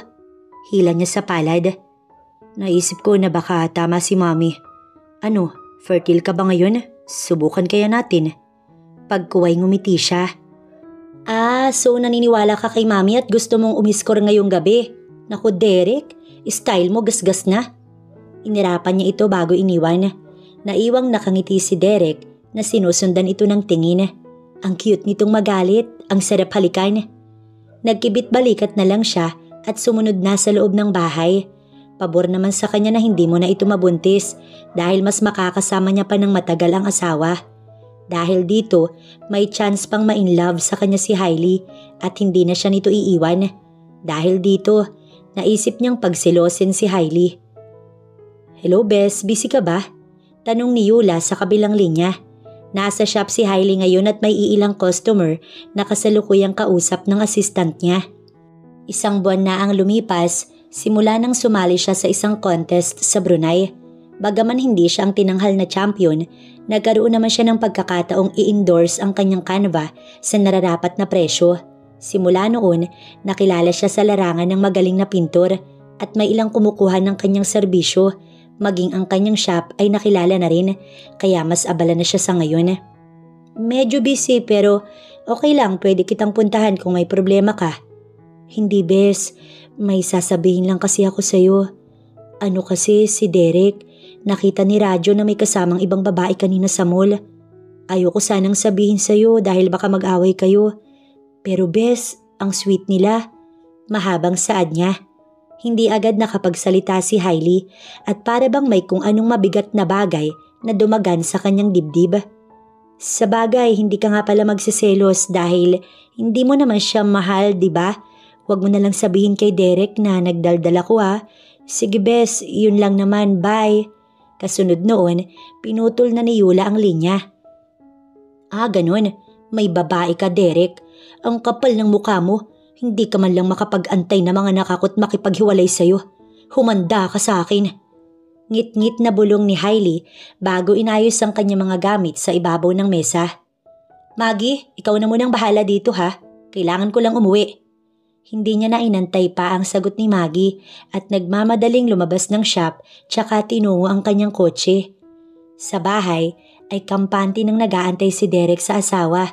Matapos siyang tawagan ni Maggie na agad daw nagpaalam na uuwi si Hailey. Halos katatawag lang din daw ni Yula kay Hailey nang magpaalam. Tsak nasabi na kay Hailey ang lahat ng batay sa kanilang plano. Oo, kinuntsaba niya kasi ang dalawang malapit na kaibigan ng asawa para mas kapanipaniwala. Kapag nagselo si Hailey, ibig sabihin ay mahal siya nito. Kapag deadma lang, kailangan niyang paibigin ng asawa. Wala pang isang oras, nasa harapan niya na nga ang asawa at galit na galit. Mabilis naman niya itong sinalubong. Hailey, may probe. Magtatanong pa lang sana siya nang lumagapak ang kanyang kabilang pisngi. Galit na galit ito at magkasalubong ang kilay. Maghiwalay na tayo, Derek. Ang kapal ng mukha mo. Duro nito sa kanya. Aalis ako ngayon sa bahay mo at wag mo na akong susundan. Confirm. Nagselos nga ang asawa niya. Dahil dito, bahagya siyang napangiti kahit iniinda pa ang malakas nitong sampal. Yun lang pala ang way para malaman niya kung may damdamin din ba ito sa kanya or wala. At napakasaya niya ng mga sandaling yun. Akma sana siyang tatalikuran nang pigilan niya ito sa kamay. Bago ka umalis, bigyan mo muna ako ng malalim na rason kung bakit ka nagagalit. Inosente niyang tanong. Huwag ka nang magmaang-maangan pa, Derek. Nakita ka ni Radyo na may kasamang ibang babae. At sinabi sa akin ni Yula ang lahat. Ngit-ngit ni Hailey dahil tila kampante lamang si Derek. Katunayan, pangiti-ngiti pa ang kurimaw. Okay, fine. May kasama nga ako kanina. Pero hindi ibang babae kundi client ko. Kung hindi ka naniniwala, pwede kong tawagan at kausapin mo. Pagkuway, kinuha nito sa bulsa ang cellphone. Huwag ka na magselos, okay? Sabi niya pa sa babae. Nakadama naman ng hiya si Hailey at agad pinigilan si Derek na tawagan ang sinasabi nitong client. Nakadama siya ng matinding hiya sa inakto. Mukha ba siyang nagsiselos? Daig pa niya ang napaso na agad tumalikod sa harapan ni Derek, tuloy-tuloy sa kanilang silid at nagkulong. Matapos ang insidenteng iyon, sinabi ni Hailey sa kanyang sarili na hindi na siya magsiselos pang muli. Totoo nga kayang nagselos siya ng time na yun? Ewan, hindi rin siya sure.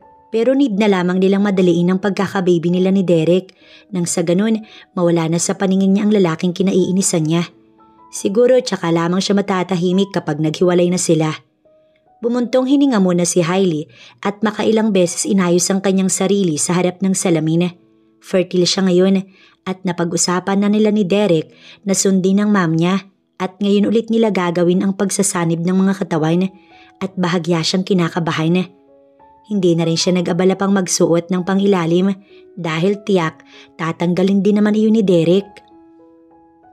Marahan niyang binuksan ang pinto ng banyo at may nginig ang mga tuhod na humakbang palabas. Paanong hindi nakita niya si Derek na wala ng kahit na anong sagabal. Masyado itong excited. Ilang na ilang siyang sulyapan ang lalaki. Wala pa man itong ginagawa. Wari ba maiihi na siya sa kinatatayuan niya? Walang sinayang na sandali si Derek pagkakita kay Hailey na lumabas ng banyo. Agad siyang lumapit at kinabig ito palapit sa kanyang katawan at sabik na siniil ng halik ang mga labi ng babaeng palaging pinananabik ang angkinin. Ilang gabi siyang nagtitimpi sa tuwing magigisnan itong nakayakap ng hindi sinasadya sa kanya habang natutulog at ngayon pagkakataon na niya. Napasinghap ito ng buhati niya pa ibabaw ng kama. At doon sinimulang kalasin ang lahat ng telang nakatakip sa magandang babaeng mahal niya. Mas lalo siyang nasabik at pinasadahan ng tingin ng babae. Dama niyang nanginig ito habang titig na titig sa kanya. Mas lalong nagliyab ang kanyang pakiramdam sa mapang-akit nitong titig sa kanya. Saglit nag-usap ang mga mata nila bago niya muling angkinin ang mga labi nito. Kalaunan ay tumutugon na si Hailey sa halik niya. Dama niya ang pareho nilang nararamdaman habang pinag-iisa niya ang kanilang katawan. Alam niyang kasama niya ang asawa nang marating ang rurok ng kaligayahan. 2 buwan nang lumipas ay nakikita na ni Derek ang pagbabago sa kilos ng asawa. Madalas tanghali nang gumigising at bihira nang magpuyat sa mga kanva nito sa gabi. Ang sabi ng kanilang maid, matakaw ito sa pagtulog na kadalasang inaabot 3:00 ng hapon. Yes, Doc, salamat. At nakumpirma niya iyon nang papuntahin si Dr. Sarkarias sa kanila at patignan ng asawa. Nagdadalang tao nga ito. Sa sobrang saya ay tinawagan agad ang kanyang biyanan maging ang kanyang mga magulang upang ibalita ang pagdadalang tao ni Hailey. Pagkatapos ay madali niyang inayos ang gamit sa ibabaw ng mesa, tsaka nagpaalam na sa kanyang sekretary. Dumaan na muna siya sa isang flower shop upang bilhan ng mamahaling bulaklak si Hailey. Dumaan din siya sa supermarket at bumili ng maraming prutas. Pagdating sa bahay, nadatnan niya ang magulang at biyanan na masayang-masayang pinalilibutan si Hailey. Sa sobrang excited ng mga ito, nauna pa sa kanyang umuwi. Naririnig niyang pinag-uusapan ng apat kung paanong schedule ang gagawin kapag nailuwal na ang kanilang anak.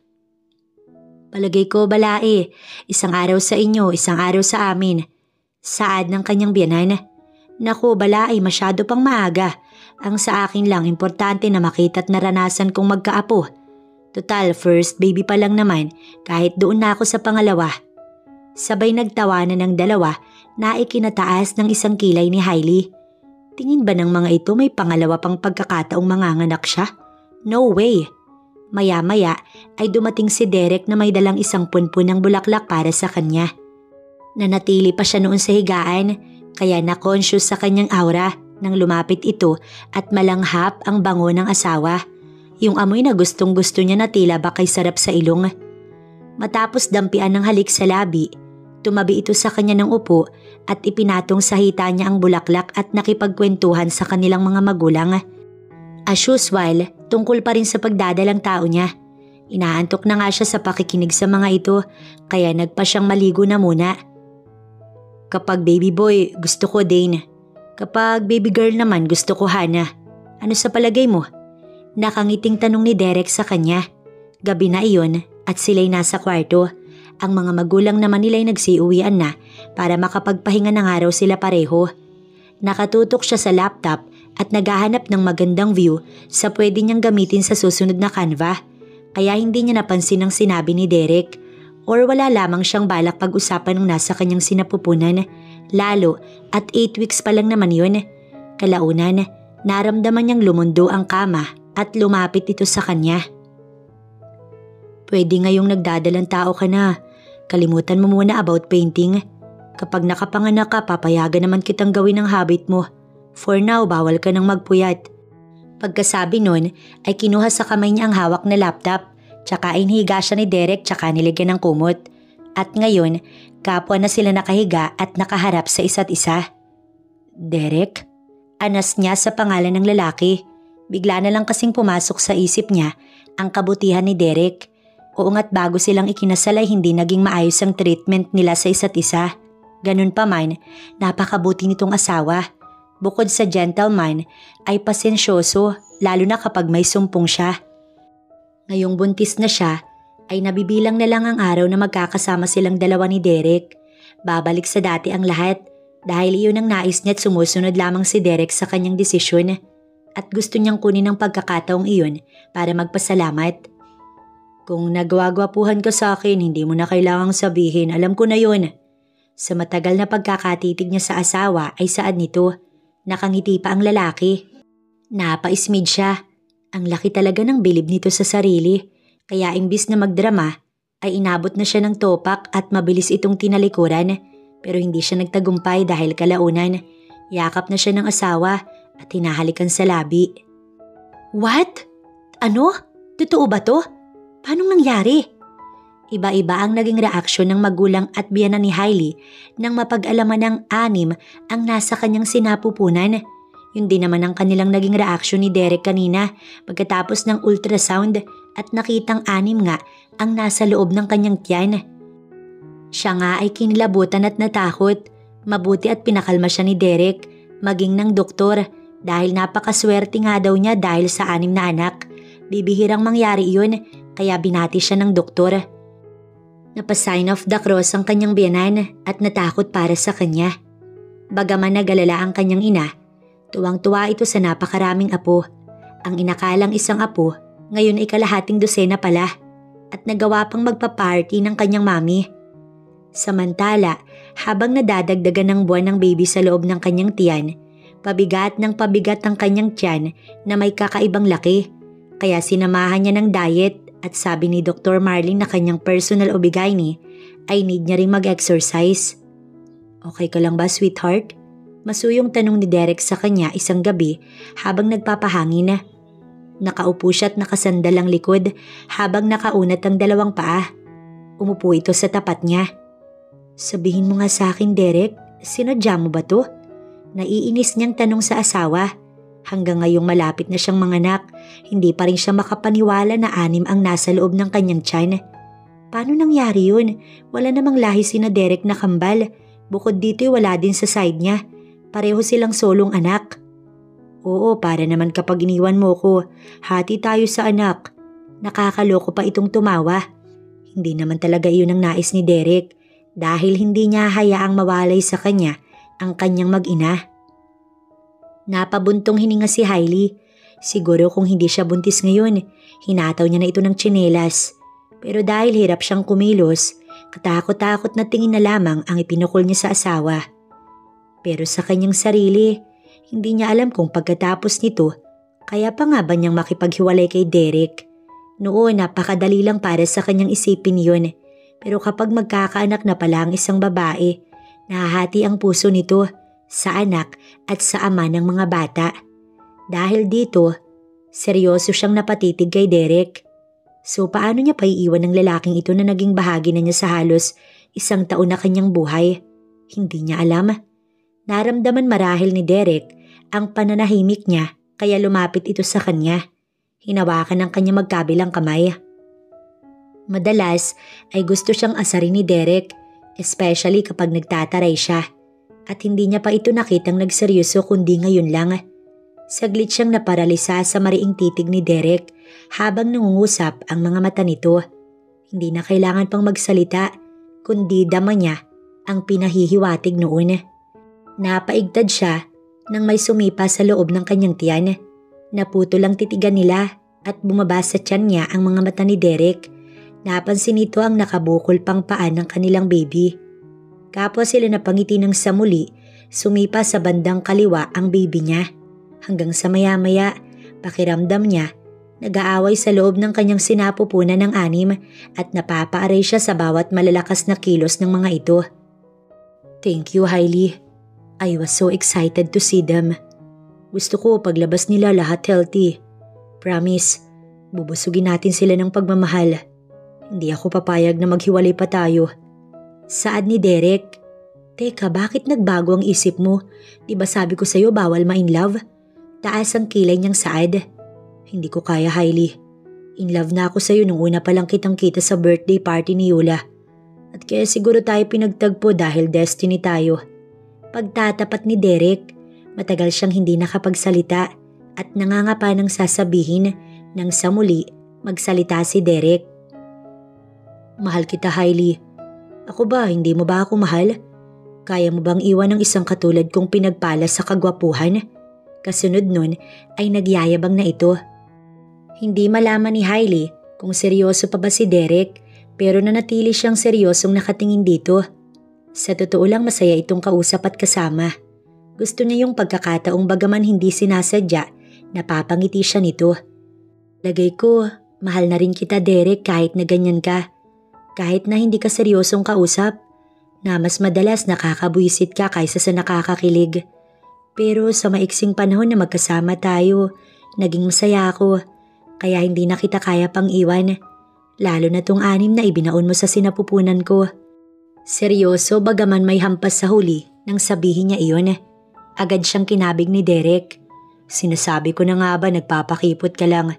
Actually matagal ko nang alam na in love ka sa akin. Kailan naman? Nag-iisip niyang tanong at bahagyang inangat ang muka para matitigan ng lalaki. Nung nagselos ka sa isang client ko. Ang totoo niyan, kinasabwat ko sina Yula at Maggie para mahuli ka sa tunay mong damdamin sa akin. Natatawang saad nito at sinigurong malayo sa kanya dahil nakatitiyak itong hahatawin niya. Hindi naman niya maiwasang mapangiti. Naalala niya pa iyong hiyang-hiya sa inasta niya. May ideya na pala ito. Kaya nga noong pangalawang pagkakataong inangkin siya ng asawa, daman niyang mahal na ang lalaki. Oo na Derek, panalo ka na. Hindi ka kasi mahirap mahalin. Sinadya mong ma-inlove ako sa'yo, alam ko naman yun. Nakatango niyang pag-amin. May konting guilt dahil siya pa ang naghamon kay Derek na wag ma-inlove sa kanya. Pero siya pala itong tuluyang na-inlove sa asawa. At dahil dito, nagpapasalamat siya sa mga magulang na si Derek ang lalaking ipinakasal sa kanya. Isang mabuting tao at nakasisiguro siyang mabuting ama ng kanilang mga anak. Habang nalalapit ang panganganak ni Hailey, ay mas naging mahirap para sa kanya ang kanyang kalagayan. Hindi pala ganun kasimple ang magbuntis ng 6. Sobrang bigat ng kanyang daladala at kahit magbanyo, hindi niya magawa ng walang umaalalay. Mabuti na lang at nandyan palagi si Derek na handang tumulong at alalayan siya kahit saan magpunta. Halos araw-araw din nasa bahay ang kanyang ina, maging ang kanyang biyenan, kaya kapag nasa office ang asawa, may makakasama naman siya. 3 araw bago manganak si Hailey ay nakakonfine na ito sa isang private hospital para laging ma-check ng doktor ang kanyang kalagayan. Pagkagaling naman sa office ng kanyang asawa, tumuloy ito sa hospital. Si Dad na muna ang bahala sa office. Sasamahan kita hanggang sa makapanganak ka. Paliwanag ni Derek isang umaga nang magtaka siya kung bakit hindi ito umuwi para magbihis at pumasok sa trabaho. Napangiti siya sa pagiging caring nito. May doktor naman kasing tumitingin sa kanya at kapag araw kasama niya ang magulang. Ay sus, okay lang ako Derek, nandiyan naman sina Mami.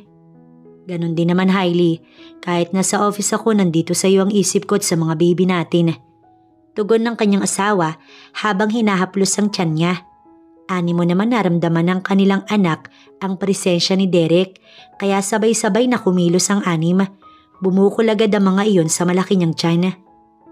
Dahil dito, parehong naagaw ang kanilang atensyon sa kakaibang galaw ng kanilang mga baby. Nakita niya agad ang hindi matatawarang kaligayahan sa mga mata ng asawa. Kapwa sila excited sa paparating na blessings. Hindi lang silang dalawa, kundi maging ang kani-kanilang mga magulang. Maya-maya, kapwa na sila nakangiti na parehong hawak ang tiyan niya. Nang dumating ang araw ng kanyang panganganak, kasama niya si Derek patungo sa delivery room. Subalit hanggang labas lamang ito kahit nakiusap sa kaibigang doktor na sumama siya sa loob. I love you so much, Hailey. Hihintayin kita dito sa labas. Yumuko ito upang hagkan siya sa labi, maging ang kanyang tiyan. Hawak-hawak siya nito sa kamay na ayaw pang bitawan. Alam niyang nag-aalala din si Derek. Sinabi nito sa kanyang wag matakot, pero ito naman pala ang takot. Matapos siyang turukan ng anesthesia, wala na siyang sunod na naramdaman dahil nawala na siya ng malay. Habang si Derek hindi mapalagay sa labas ng delivery room dahil sa pag-aalala or sobrang excited na makita ang kanyang mga anak. Ang mom niya at ang biyenan naman magkasama sa loob ng chapel. After 30 minutes ay magkapanabay itong lumapit sa kanya. Kapwa din balisa. Katulad niya ay excited na may kahalong pag-aalala ang mga ito. Ilang oras din ang lumipas bago bumukas ang delivery room. Lahat na sila'y napangitit na kahinga ng malalim na gustong makita ang kanyang mga anak pero naka-incubate ang mga ito upang mas lalong ma-develop ang mga vital at organ ng baby. Ipinaliwanag naman sa kanya yun ng doktor at pansamantalang mananatili iyon sa loob ng 1 buwan. Bagaman ganun ang nangyari, masaya pa rin silang tinanaw ang mga cute na babies nila ni Hailey sa loob ng incubator. After months, makakasama na nila ito. Sa ngayon, pinagkasya na lamang ang sariling titigan ng kanyang mga anak. Matyaga namang nagbantay ang kanyang ina at biyanan sa hospital dahil ayaw nitong umuwi hanggat hindi kasama ang kanilang mga anak. Pansamantala ay si Maggie na muna ang bahala sa shop ng asawa. Gosh, Bes, alam mo, sobrang blessed nyo talaga ni Derek. Hindi ako makapaniwala na 6 sila. Until hindi ko nakikita and... Iiling-iling si Yula at paiba-iba ang facial expression nito bilang reaksyon sa pagkamangha. Natawa tuloy si Radyo sa nobya. As in 6? Bulalas nito may pahabol na tawa. Sabay napatakip pa ng bibig. Tahimik lamang si Hailey na nakaupo sa kama habang pinagmamasdan ito. Mabuti na lang wala doon ang kanyang ina at biyanan na saglit nagpaalam para maligo at magbihis. Naiinggit ka no? Bakit hindi kasi kayo magpakasal na ni Radyo at gumawa na rin ng maraming baby? Tumawa ito ng malakas. Naku bes, masaya na ako sa twin. Kapag lumampas doon lagot sa akin si Radyo, puputulan ko siya, sinasabi ko sa'yo. Sabay sulyap sa pangiti-ngiti na lang na boyfriend. Ikaw ang bahala, basta kami ni Derek, masaya na sa 6 na anak. At sinisigurado ko na kahit magtumbling pa kami sa ibabaw ng kama, hindi na ako mabubuntis dahil pinatanggal ko na ang matres ko. Pagkuway siya naman ang tumawa. Dapat lang naman no, nakakatakot ang lahi ni Derek. Ikaw Han, wag mong gagawin sa akin yun ha, maawa ka sa akin. Kausap nito sa boyfriend. Don't worry Han, wala sa lahi namin ng 3 or higit pa. Sagot naman itong natatawa. Aba dapat lang, pero bes, maiba ko. Kumusta ka na? Gaano ba kahirap magbuntis ng ganoon karami? Napapangiti lang si Hailey sa kaibigan dahil kung siya nga after ultrasound, nakadama ng takot sa 6 na dinadala. Hindi ko iniisip ang hirap dahil nasa tabi ko lagi si Derek. Simula nang magbuntis ako hanggang sa panganganak. Nakangiti niya pang tugon. Kung ganoon, okay na kayo? Pabulong nitong tanong. Matagal-tagal ding hindi sila nakapag-chika nito dahil busy masyado si Yula sa trabaho. Kaya nga sinasamantala na nila ang pagkakataong makapagkwentuhan. Inamin niya sa kaibigan na mahal na si Derek, ganun din ang lalaki sa kanya. Tuwang-tuwa naman ito sa kanyang ibinalita. Naputol lamang ang kanilang pag-uusap ng kaibigan pagdating ng kanyang ina at ng kanyang biyanan. Pero nanatili pa sina Radyo at Yula sa hospital hanggang sa dumating ang kanyang asawa. Kasabay din itong dumating sina Maggie at Sherwin para makita ang kanilang baby. Siya ring pagdating ng dad niya. Kaya nagmistulang fiesta sa loob ng kwarto. Nakikinikinita na ni Hailey kung gaano kaingay ang 6 na anak once na lumaki ang mga ito at excited na siyang dumating ang araw na iyon. 1 taon nang lumipas na tila ba napakaraming nangyari. Totoo nga kung ano ang nakasanayan mo noong dalaga ka, tatalikuran mo na kapag nagkaanak ka na. Hindi na magawang mag-paint ni Hailey dahil may bago na siyang hilig ngayon. Ipinamahala na muna niya kay Maggie ang shop at total naman halos paubos na ang laman. Naisip niyang isara na kapag nabenta lahat ng kanyang Canva dahil hindi niya na naaasikaso. Isa pa ay ikakasal na si Maggie at Sherwin. Maaaring maging abala na rin ang kanyang assistant sa nalalapit nitong pag-aasawa. Dahil siya ay wala ng planong magpinta hanggat maliliit pa ang kanyang mga anak. Pagmulat pa lang ng kanyang mga mata sa umaga ay ang kanilang baby na agad ang tinitignan ni Hailey. Sina Dane, Devin, Dash at ang kanila namang baby girl na sina Darla, Devya at Desha na ang bagong pinagkakaabalahan ngayon ni Hailey. 6:00 ng umaga, pupungas-pungas siyang bumangon, subalit kumalang ang braso ni Derek sa kanyang bewang. Maaga pa Hailey. Narinig niyang pabulong nito habang nakapikit ang mga mata. Sisilipin ko lang ang mga anak natin.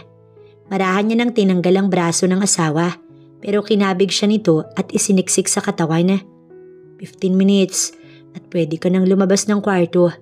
Napangiti siya. Walang nagbago kay Derek. Still sweet pa rin. Bagay na gusto niya sa asawa. Okay, 15 minutes. Pagsang-ayon niya at yumakap na rin dito. Kahit malaki na ang anak nila, pakiramdam niya, palagi siyang in love sa asawa. Good morning, ma'am. Pagpasok ni Hailey sa kwarto ng 6-tuplet ay magkapanabay na bati sa kanya ng 3 yaya ng 6 nilang anak na si Derek. Mukhang nauna pang gumising ang mga ito sa kanilang mag-asawa. Naglalaro na kasi sa malapad na kama ang 6 habang binabantayan ng 3 yaya. Ngumiti siya sa mga ito at nilapitan isa-isa ang mga anak para halikan at batiin. Hindi sanay sa buhat ang 6 kahit na umiiyak kaya hindi ito mahirap alagaan. Lalo na noong mailabas ito sa hospital dahil walang ginawa ang 6 kundi ang matulog. Gising lamang para dumede. Minsan pag-alis ni Derek sa trabaho tulog pa ang mga ito at pagdating naman ng asawa madadat ng tulog pa din. Hindi rin naging sakiti ng baby nila kaya wala silang nagiging problema habang lumalaki ang mga ito. Sinisikap din ni Hailey na maalagaan ng maayos ang 6 kahit na may tagapag-alaga ang 6. Siya pa rin ang nais mag-asikaso dito. Pagkakita sa kanya ng mga anak, sabay-sabay tumayo ang mga ito.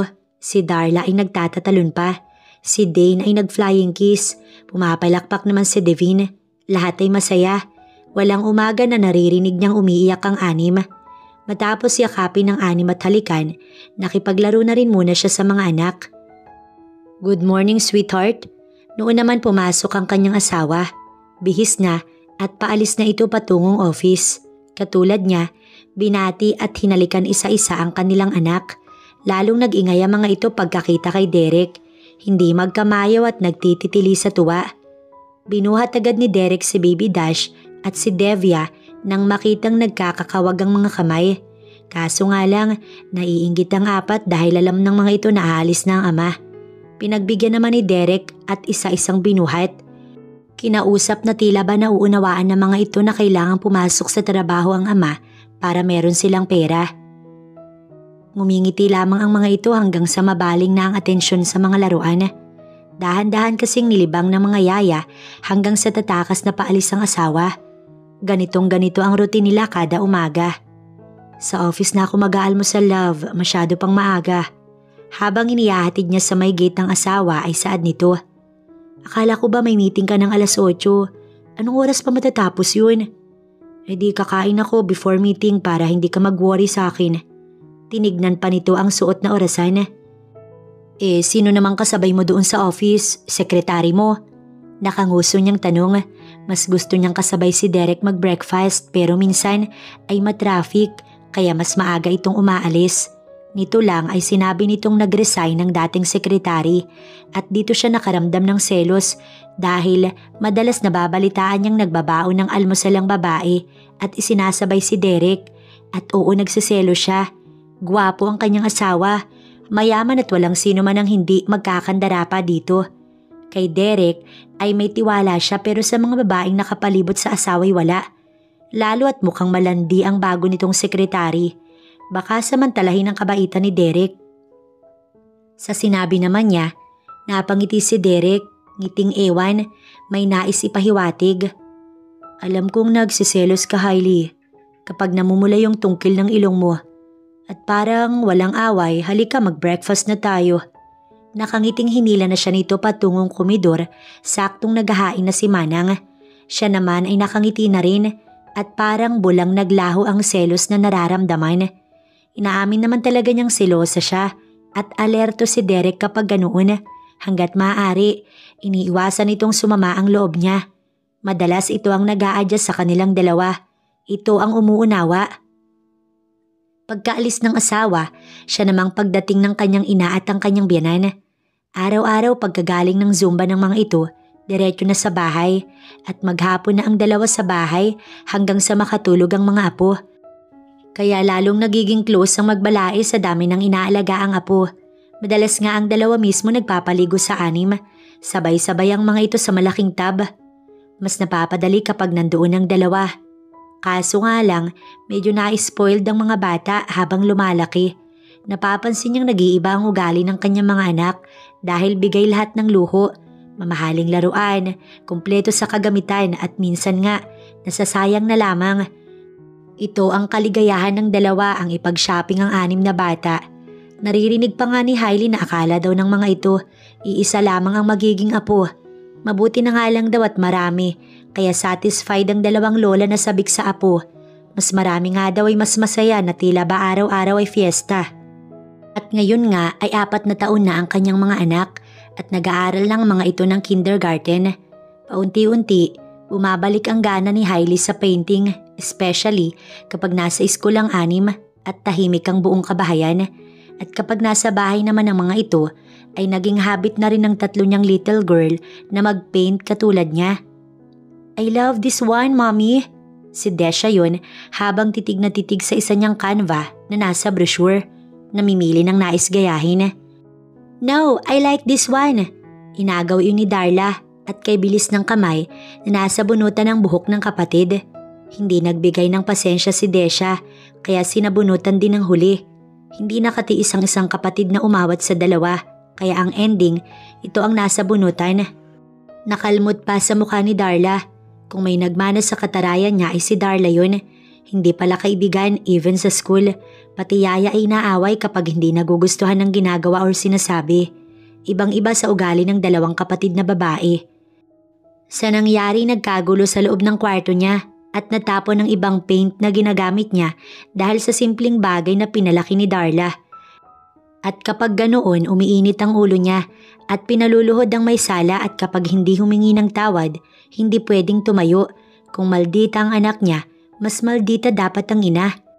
Dahil mataas ang pride ni Darla, mas gusto pa nitong umiiyak kaysa mag-sorry kaya kahit namumula na ang tuhod, nananatili itong nakaluhod habang siya'y galit pa rin at to the rescue naman ang lola nito.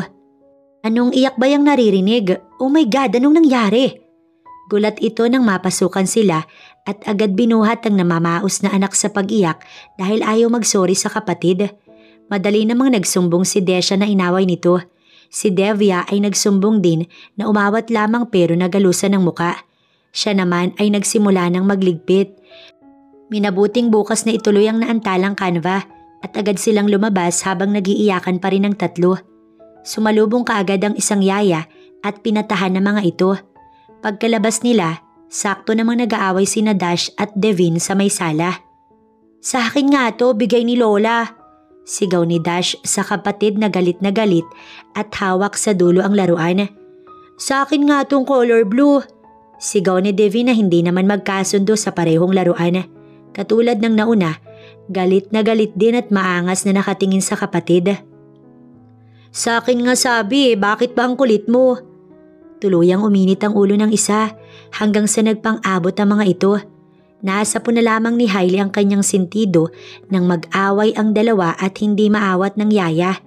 Nasira na lang ang laruan at ngayon pinag-aagawan na naman ng dalawa ang inayawan ng mga ito kanina. Hindi na nakatiis si Hailey na gustong magbuga ng apoy. Tumigaw siya ng malakas at nagbanta na kapag may narinig pang ingay sa kanyang paligid, makakatikim ng tagi-isang palot ikukulong sa kwarto. Dahil dito tumahimik ang dalawa, maging sina Darla at Desha. Nang mapansing galit na siya ay isa-isang lumapit at yumakap, sabay humingi ng sorry na para bang walang nangyari. Sa totoo lang, hindi iyon ang unang eksenang nag-away-away ang mga anak niya. Hindi maiiwasan na sa dami ng mga ito ay mistulang orphanage ang bahay. Walang araw na hindi maingay at magulo. Taliwas noong mga baby ang mga ito na nakahiga lamang at tahimik kapag hindi gutom. Ngayon ay lumalabas na ang mga ugali ng isa't isa. Kung minsan ay nagbibigay siya ng pasensya dahil magkaiba sila ni Derek ng ugali, maiksi talaga ang PC niya. Lahat pinagagalitan niya at kung minsan nasisigawan at nagbibigyan ng parusa. Bilang disiplina, bagay na ayaw ng kanyang ina.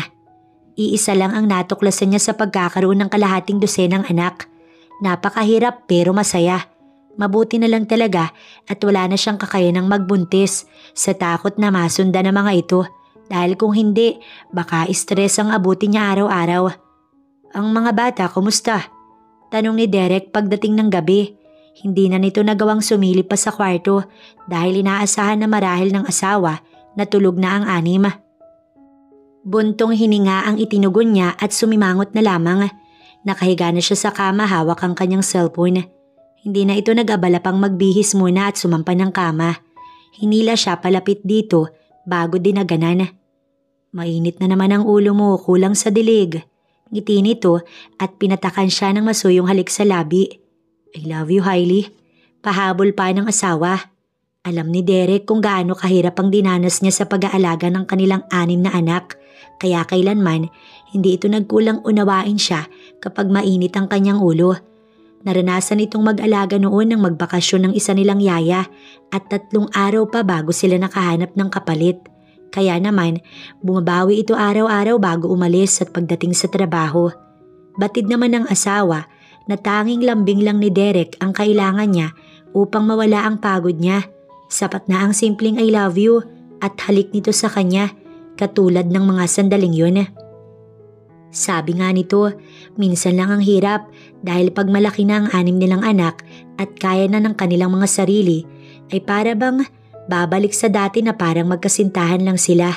At tama naman ito. I love you also, Derek. Anas niya at saglit nag-usap ang kanilang mga mata bago naghinang ang kanilang mga labi. Nagsimula na siyang magliyab sa ginawa ng asawa. Kalaunan, mas naging tila sabik na nga ito sa kanya. Matapos ang mainit na sandali nilang mag-asawa, ay tuluyang natanggal ang init ng kanyang ulo. Tama si Derek, kulang siya sa dilig. Tsaka niya na ikinuwento sa asawa ang nangyari kanina at tumawa lang ito bilang reaksyon dahil nagmana lang daw sa kanya si Darla at Devin. Kung ano kasi ang ikinatahimik ni Devia at Dane, siya namang kulit ni Darla at Devin. Si Dash naman at Desha ay katamtaman lang ang kakulitan dahil takot na kapag nag-aalatigre siya. Sa paglipas ng mga araw, buwan at taon, habang palaki ng palaki ang kanilang anak ni Derek, ay tila ba unti-unti nang nagkakaroon ng mga sari-sariling habit ang anim. Tsaka napagtanto ni Hailey na nakakamiss din palang maging baby ang mga ito. At tama si Derek, sulit ang hirap at pagod niya noong maliliit pa ang anim kapag malalaki na. Hindi mabilang ang dami ng mga sakripisyo nila sa anak, pero lahat ng yun may kapalit na kaginhawaan dahil sa kabila ng pagiging makulit at pasaway ng mga ito noong maliit pa, lumaki namang may mabuting puso at mapagmahal sa magulang ang kanilang anim na anak.